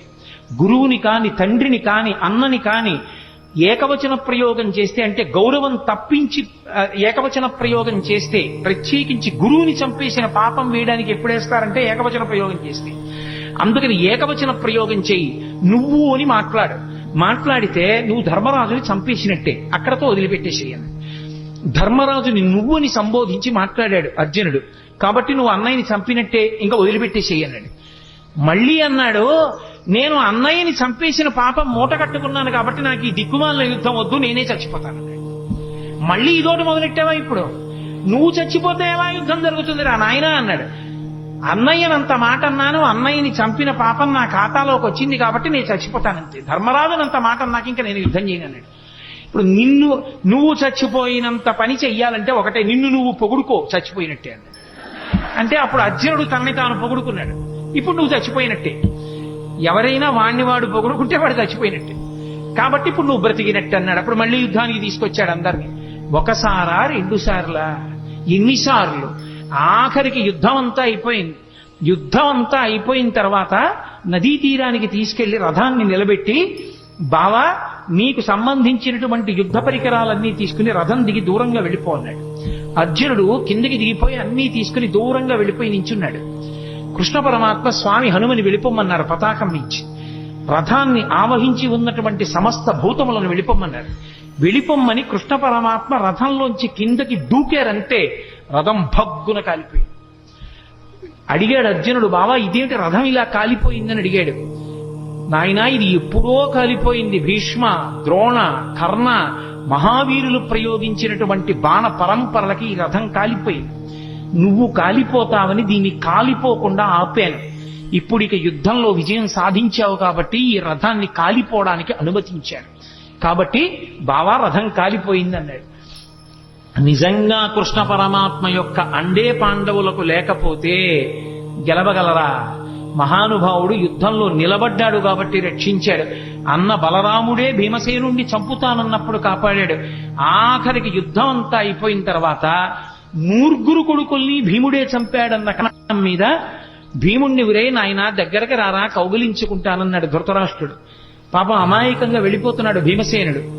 చెయ్యి పట్టుకుని వెనక్కి లాగి, బావా నీకు తెలియదు కాసేపు పక్కనుండని ఇనప భీముని యొక్క విగ్రహాన్ని చేయించాడు. ఆ విగ్రహాన్ని దగ్గరికి జరిపాడు. ఆ ధృతరాష్ట్రుడు వచ్చి, ఆయన బాహుబలం అటువంటిది, గట్టిగా కౌగిలించుకున్నాడు. ఆ భీముడి విగ్రహం పిండైపోయి కింద పడిపోయింది. అయ్యో భీమా చచ్చిపోయావా నాయనా అని దొంగేడుపు మొదలెట్టాడు. నువ్వు ఎడవక్కర్లేదులే, భీముడు బ్రతికే ఉన్నాడు, ఇప్పటికీ నీకు బుద్ధి రాలేదా అని మాట్లాడాడు. లేకపోతే ఏమైపోను, గాంధారి పంచపాండవుల్ని శపించాలనుకుంది. ఒక్కొక్కళ్ళని పిలిచి మాట్లాడితే హడిలిపోయి పారిపోయారు ఒక్కొక్కడు. చిట్ట చివర ధర్మరాజుని పిలిచింది. అమ్మ తప్పు చేసిన పిల్లాడిని పిలిస్తే, అమ్మా కొట్టినా నీ ఇష్టం, చంపినా నీ ఇష్టం, అమ్మా తప్పు చేశానని కాళ్ల మీద పడిపోతే ఏమీ చేయలేని తల్లిలా ధర్మరాజు వచ్చి గాంధారి కాళ్ల మీద పడిపోతే పెద్ద నిట్టూర్పు విడిచింది. ఆ నిట్టూర్పు విడిచినప్పుడు ఆవిడ కళ్ళకి కట్టుకున్న బట్ట జారింది. జారినందుకు ఆవిడ కళ్ళల్లోంచి వచ్చినటువంటి కాంతి ఆ ధర్మరాజు గారి పాదాల వేళ్ల మీద పడింది. ఆయన వేళ్లు కాలి బొబ్బలెక్కిపోయాయి. అంతటి తీవ్ర దృక్కులతో చూసింది. చిట్ట చివరికి పాండవులను రక్షించినందుకు గాంధారి వలన కృష్ణ పరమాత్మ శాపం పొంది అవతార పరిసమాప్తి చేశారు. భక్తపరాధీనుడై మహానుభావుడు ఎంతమందిని రక్షించాడో. అందుకే భీష్మాచార్యుల వారు భాగవతంలో స్తోత్రం చేస్తూ, త్రిజగన్మోహన నీలకంతితను ఉద్దీపింప ప్రాభాత నీరజబంధు ప్రభమైన చేలముపయిన్రంజిల్ల. ఆయన వచ్చినప్పుడు ఎంత అందంగా ఉంటుందంటేట కురుక్షేత్రంలో యుద్ధానికి. త్రిజగన్మోహన నీలకాంతితను ఉద్దీపింప, 3 లోకములు కూడా ఆకర్షింపబడేటంతటి అందమైనటువంటి నీలమేఘ ఛాయతో ఉంటాడు. తను ఉద్దీపింప ప్రాభాత నీరజ బంధు ప్రభమైన చేలము పయిన్ రంజిల్ల నీలాలక వ్రజ సంయుక్త బంధుర సేవ్యమై విజృంభింప మా విజయించేరుడు వన్యకాడు మది నావేశించు నెల్లప్పుడు అంటాడు. ఆ ప్రాభాత నీరజ బంధు ప్రభమైన అంటే తామర పువ్వులకు మిత్రుడైనటువంటి ప్రభాతకాల సూర్య భగవానుడి యొక్క కాంతి ఎలా ఉంటుందో అటువంటి చేలములు కట్టుకున్నటువంటి వాడు. అటువంటి కృష్ణుడు అర్జునుడి రథం మీద కూర్చుని సారథ్యం వహించాడు కాబట్టి బ్రతికాడు. అదిగో ఆ భక్తపరాధీనుడైన కృష్ణుడున్నాడే, ఆయన నన్ను రక్షించుగాక అని చెప్పుకున్నాడు. హయరింకాముఖ ధూళి ధూసర పరిన్యస్తాల కోపేతమై రయజాత శ్రమతోయ బిందుగితమై రంజిల్లు నిమ్మోముతో జయము పార్థునకిచ్చు వెట్కనని నా శస్త్రాహుతించాలనొచ్చియు బోరించు మహానుభావు మదిలో చింతింతున శ్రాంతమున్నంటాడు. ఆయన కర్మ ఎదురుగుండా సారథ్యం చేసేటప్పుడు యుద్ధం జరుగుతుంటే మాట వినపడదు. రథం ఇటు పోనీ అని చెప్పడానికి చేతిలో ధనస్సు ఉంటుంది, బాణం ఉంటుంది. అప్పుడు రథి వెనకాతల ఉన్నవాడు సారథిని పిలవాలంటే కాలెత్తి డొక్కలో పొడుస్తాడు. పొడిస్తే వెనక్కి తిరిగి చూడాలి. ఆయన కర్మ కాలి చేశాడా సారథ్యం. హయరింకాముఖ ధూళి ధూసర పరిన్యస్తాల కోపేతమై, ముందు గుర్రాలు పరిగెడుతుంటే వాటి మించి పైకి రేగినటువంటి ధూళి ఒంటిని పట్టేస్తే చెమటలు పట్టి మట్టి అంటుకున్నవాడై, అయినా కూడా జయము పార్థునకిచ్చు వెట్కనని నా శస్త్రాహుతించాలనొచ్చియు బోరించు మహానుభావు మదిలో చింతింతున శ్రాంతము అన్నాడు. నేను అన్ని అస్త్రాలు ప్రయోగిస్తుంటే వాటి ధాటికి తట్టుకుని ముందు సారథి మీద వేస్తుంటే సారథికి తగులుతాయి కాబట్టి వెనక అర్జునుణ్ణి రక్షించడానికి నా బాణములను ఎదుర్కొన్న కృష్ణుడున్నాడే, ఆయన నా మనస్సుని ఆవేశించుగాక. అలాగే మహానుభావుడు ఒక సూర్యుండు సమస్త జీవులకు తానొక్కొక్కడైతోచు పోలిక ఏ దేవుడు సర్వకాలము మహాలీలన్ నిజోత్పన్న జన్య కదంబ హృత్సరోరుహములం నానా విధానోరూపకుడయ్యొట్టు ఈశ్వరుని ప్రార్థింతు నశ్రాంతమున్ అంటాడు. ఒక్క సూర్యుడు ఒక్కొక్కళ్ళకి ఒక్కొక్క సూర్యుడిగా కనపడినట్టుగా ఉండి అందరినీ రక్షించేటటువంటి పరమాత్మ రాశీభూతమై కృష్ణుడిగా అర్జునుడి రథం మీద కూర్చుని యుద్ధం చేశాడే, ఆయన మమ్ము రక్షించుగాక. అసలు కృష్ణావతార ఘట్టంలో పతాక స్థాయి భీష్మాచార్యుల వారితో. ఎందుచేత అంటే సర్వసైన్యాధిపత్యం భీష్మాచార్యుల వారికి ఇచ్చారు. ఈ పద్యంతో నా ఉపన్యాసాన్ని పూర్తి చేస్తాను. ఇటు సర్వసైన్యాధిపత్యం భీష్మాచార్యుల వారిది, అటు కృష్ణుడు ఏ ప్రతిజ్ఞ చేశాడని అడిగాడు భీష్ముడు. ఆయుధం పట్టట, కేవలం సారథ్యం మాత్రమే చేస్తాట, అలా ప్రతిజ్ఞ చేశాడన్నారు. ఓహో, అలా ప్రతిజ్ఞ చేశాడా? కృష్ణుడు పరమాత్మ అని భీష్ముడికి తెలుసు. భీష్ముడు అన్నాడు, నేను ప్రతిజ్ఞ చేస్తున్నాను, నేను కృష్ణుడి చేత ఆయుధం పట్టిస్తానన్నాడు. భక్తుడు నెగ్గాలా, పరమేశ్వరుడు నెగ్గాలా? యుద్ధం వచ్చింది, కృష్ణుడు ఆయుధం పట్టడగా. భీష్మాచార్యుల వారు యుద్ధం చేస్తున్నారు. కృష్ణుడి చేత ఆయుధం పట్టిస్తే భీష్ముడు నెగ్గుతాడు, కృష్ణుడు ఆయుధం పట్టకపోతే కృష్ణుడు నెగ్గుతాడు. భగవంతుడా భక్తుడా ఇద్దరికీ వేదిక కురుక్షేత్రమైంది. భీష్మాచార్యుల వారు విపరీతంగా బాణ పరంపర విడిచిపెట్టేస్తున్నారు. తట్టుకోలేకపోతున్నాడు అర్జునుడు. వెనక్కి తిరిగి చూశాడు కృష్ణుడు, పూచిన మోదుగు చెట్టును కొట్టినట్టు కొట్టేస్తున్నాడు. రక్తం కారిపోతోంది అర్జునుడికి. అంతే, మరిచిపోయాడు తన చేసిన ప్రతిజ్ఞ. కుప్పించి ఎగసిన కుండలంబుల కాంతి గగన భాగం బెల్ల కప్పికొనగా ఉరికిన నోర్వక నుదరంబులో నున్న జగముల వ్రేగున జగతి కదుల చక్రంబు చేబట్టి సనుదించురయమునపై నున్న పచ్చని పటముజార నమ్మితి నాలావు నగుబాటు చేయకు మన్నింపుమని క్రీడి మరల దిగువ కరికి లంఘించు సింహంబు కరణి మెరసి నేడు భీష్ముని చంపుదు నిన్ను కాకు విడువు మర్జున యటంచు మద్ది శిఖవృష్టి తెరలి చనుదించు దేవుండు దిక్కు నాకు అని చెప్పుకున్నాడు భీష్మాచార్యుల వారు. ఎవరు నాకు దిక్కు అంటే చెప్పాడు. అదిగో ఆ రోజున నేను బాణ పరంపరలు విడిచిపెడుతుంటే అర్జునుడు తట్టుకోలేకపోతే ఎక్కడ అర్జునుడు కింద పడిపోతాడోనని అర్జునుణ్ణి రక్షించుకోవడం కోసం తను ఆయుధం పట్టనన్న ప్రతిజ్ఞని కూడా మర్చిపోయి పగ్గాలు విసిరి పారేసి రథం నుంచి కిందకి దూకేస్తే కుప్పించి ఎగసిన కుండలంబుల కాంతి గగన భాగం బెల్ల కప్పికొనగా ఆ దూకినప్పుడు కృష్ణుడి కుండలములు ఇలా ఊగితే వాటి కాంతి ఆకాశాన్ని కప్పేసింది. ఆయన కడుపులో ఉన్నటువంటి జగములన్నీ ఇలా ఊగిపోతే కోపంతో ఆయుధం పట్టనన్నవాడు చక్రం పట్టుకుని పరిగెత్తుకొచ్చేస్తుంటే పైనున్న పచ్చని పటముజార వేసుకున్న పచ్చటి ఆ ఉత్తరీయం జారి కింద పడిపోతుంటే నమ్మితి నాలా ఉనగుబాటు చేయకు మన్నింపుమని క్రీడి మరల దిగువ.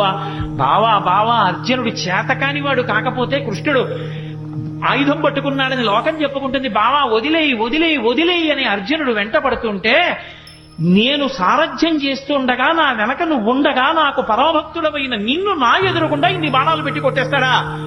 సంపేస్తాను ఇవాళ భీష్మాచార్యుల వారిని ఏమనుకుంటున్నాడోనని కరికి లంఘించు సింహంబు కరణి మెరసి నేడు భీష్ముని సంపుదు నిన్ను కాకు విడువు మర్జున యటంచు మధ్య శిఖవృష్టి తెరలి చనుదించు దేవుండు దిక్కు నాకు. అర్జున విడిచిపెట్టవాయా? ఏమిటి మాట్లాడుతున్నావు? నేనుండగా నిన్ను చంపుతాడా? ఏమిటా బాణాలు వేయడం? సంపేస్తాను ఇవాళ భీష్ముండని తన ప్రతిజ్ఞ కూడా మరిచిపోయి చక్రం పట్టుకుని పరిగెత్తుకుంటూ వచ్చి నన్ను చంపేద్దామని వచ్చేసినటువంటి భక్త పరాధీనుడైన కృష్ణ భగవానుడు ఉన్నాడే, ఆయన నాకు దిక్కని చెప్పుకున్నాడు భీష్మాచార్యులు.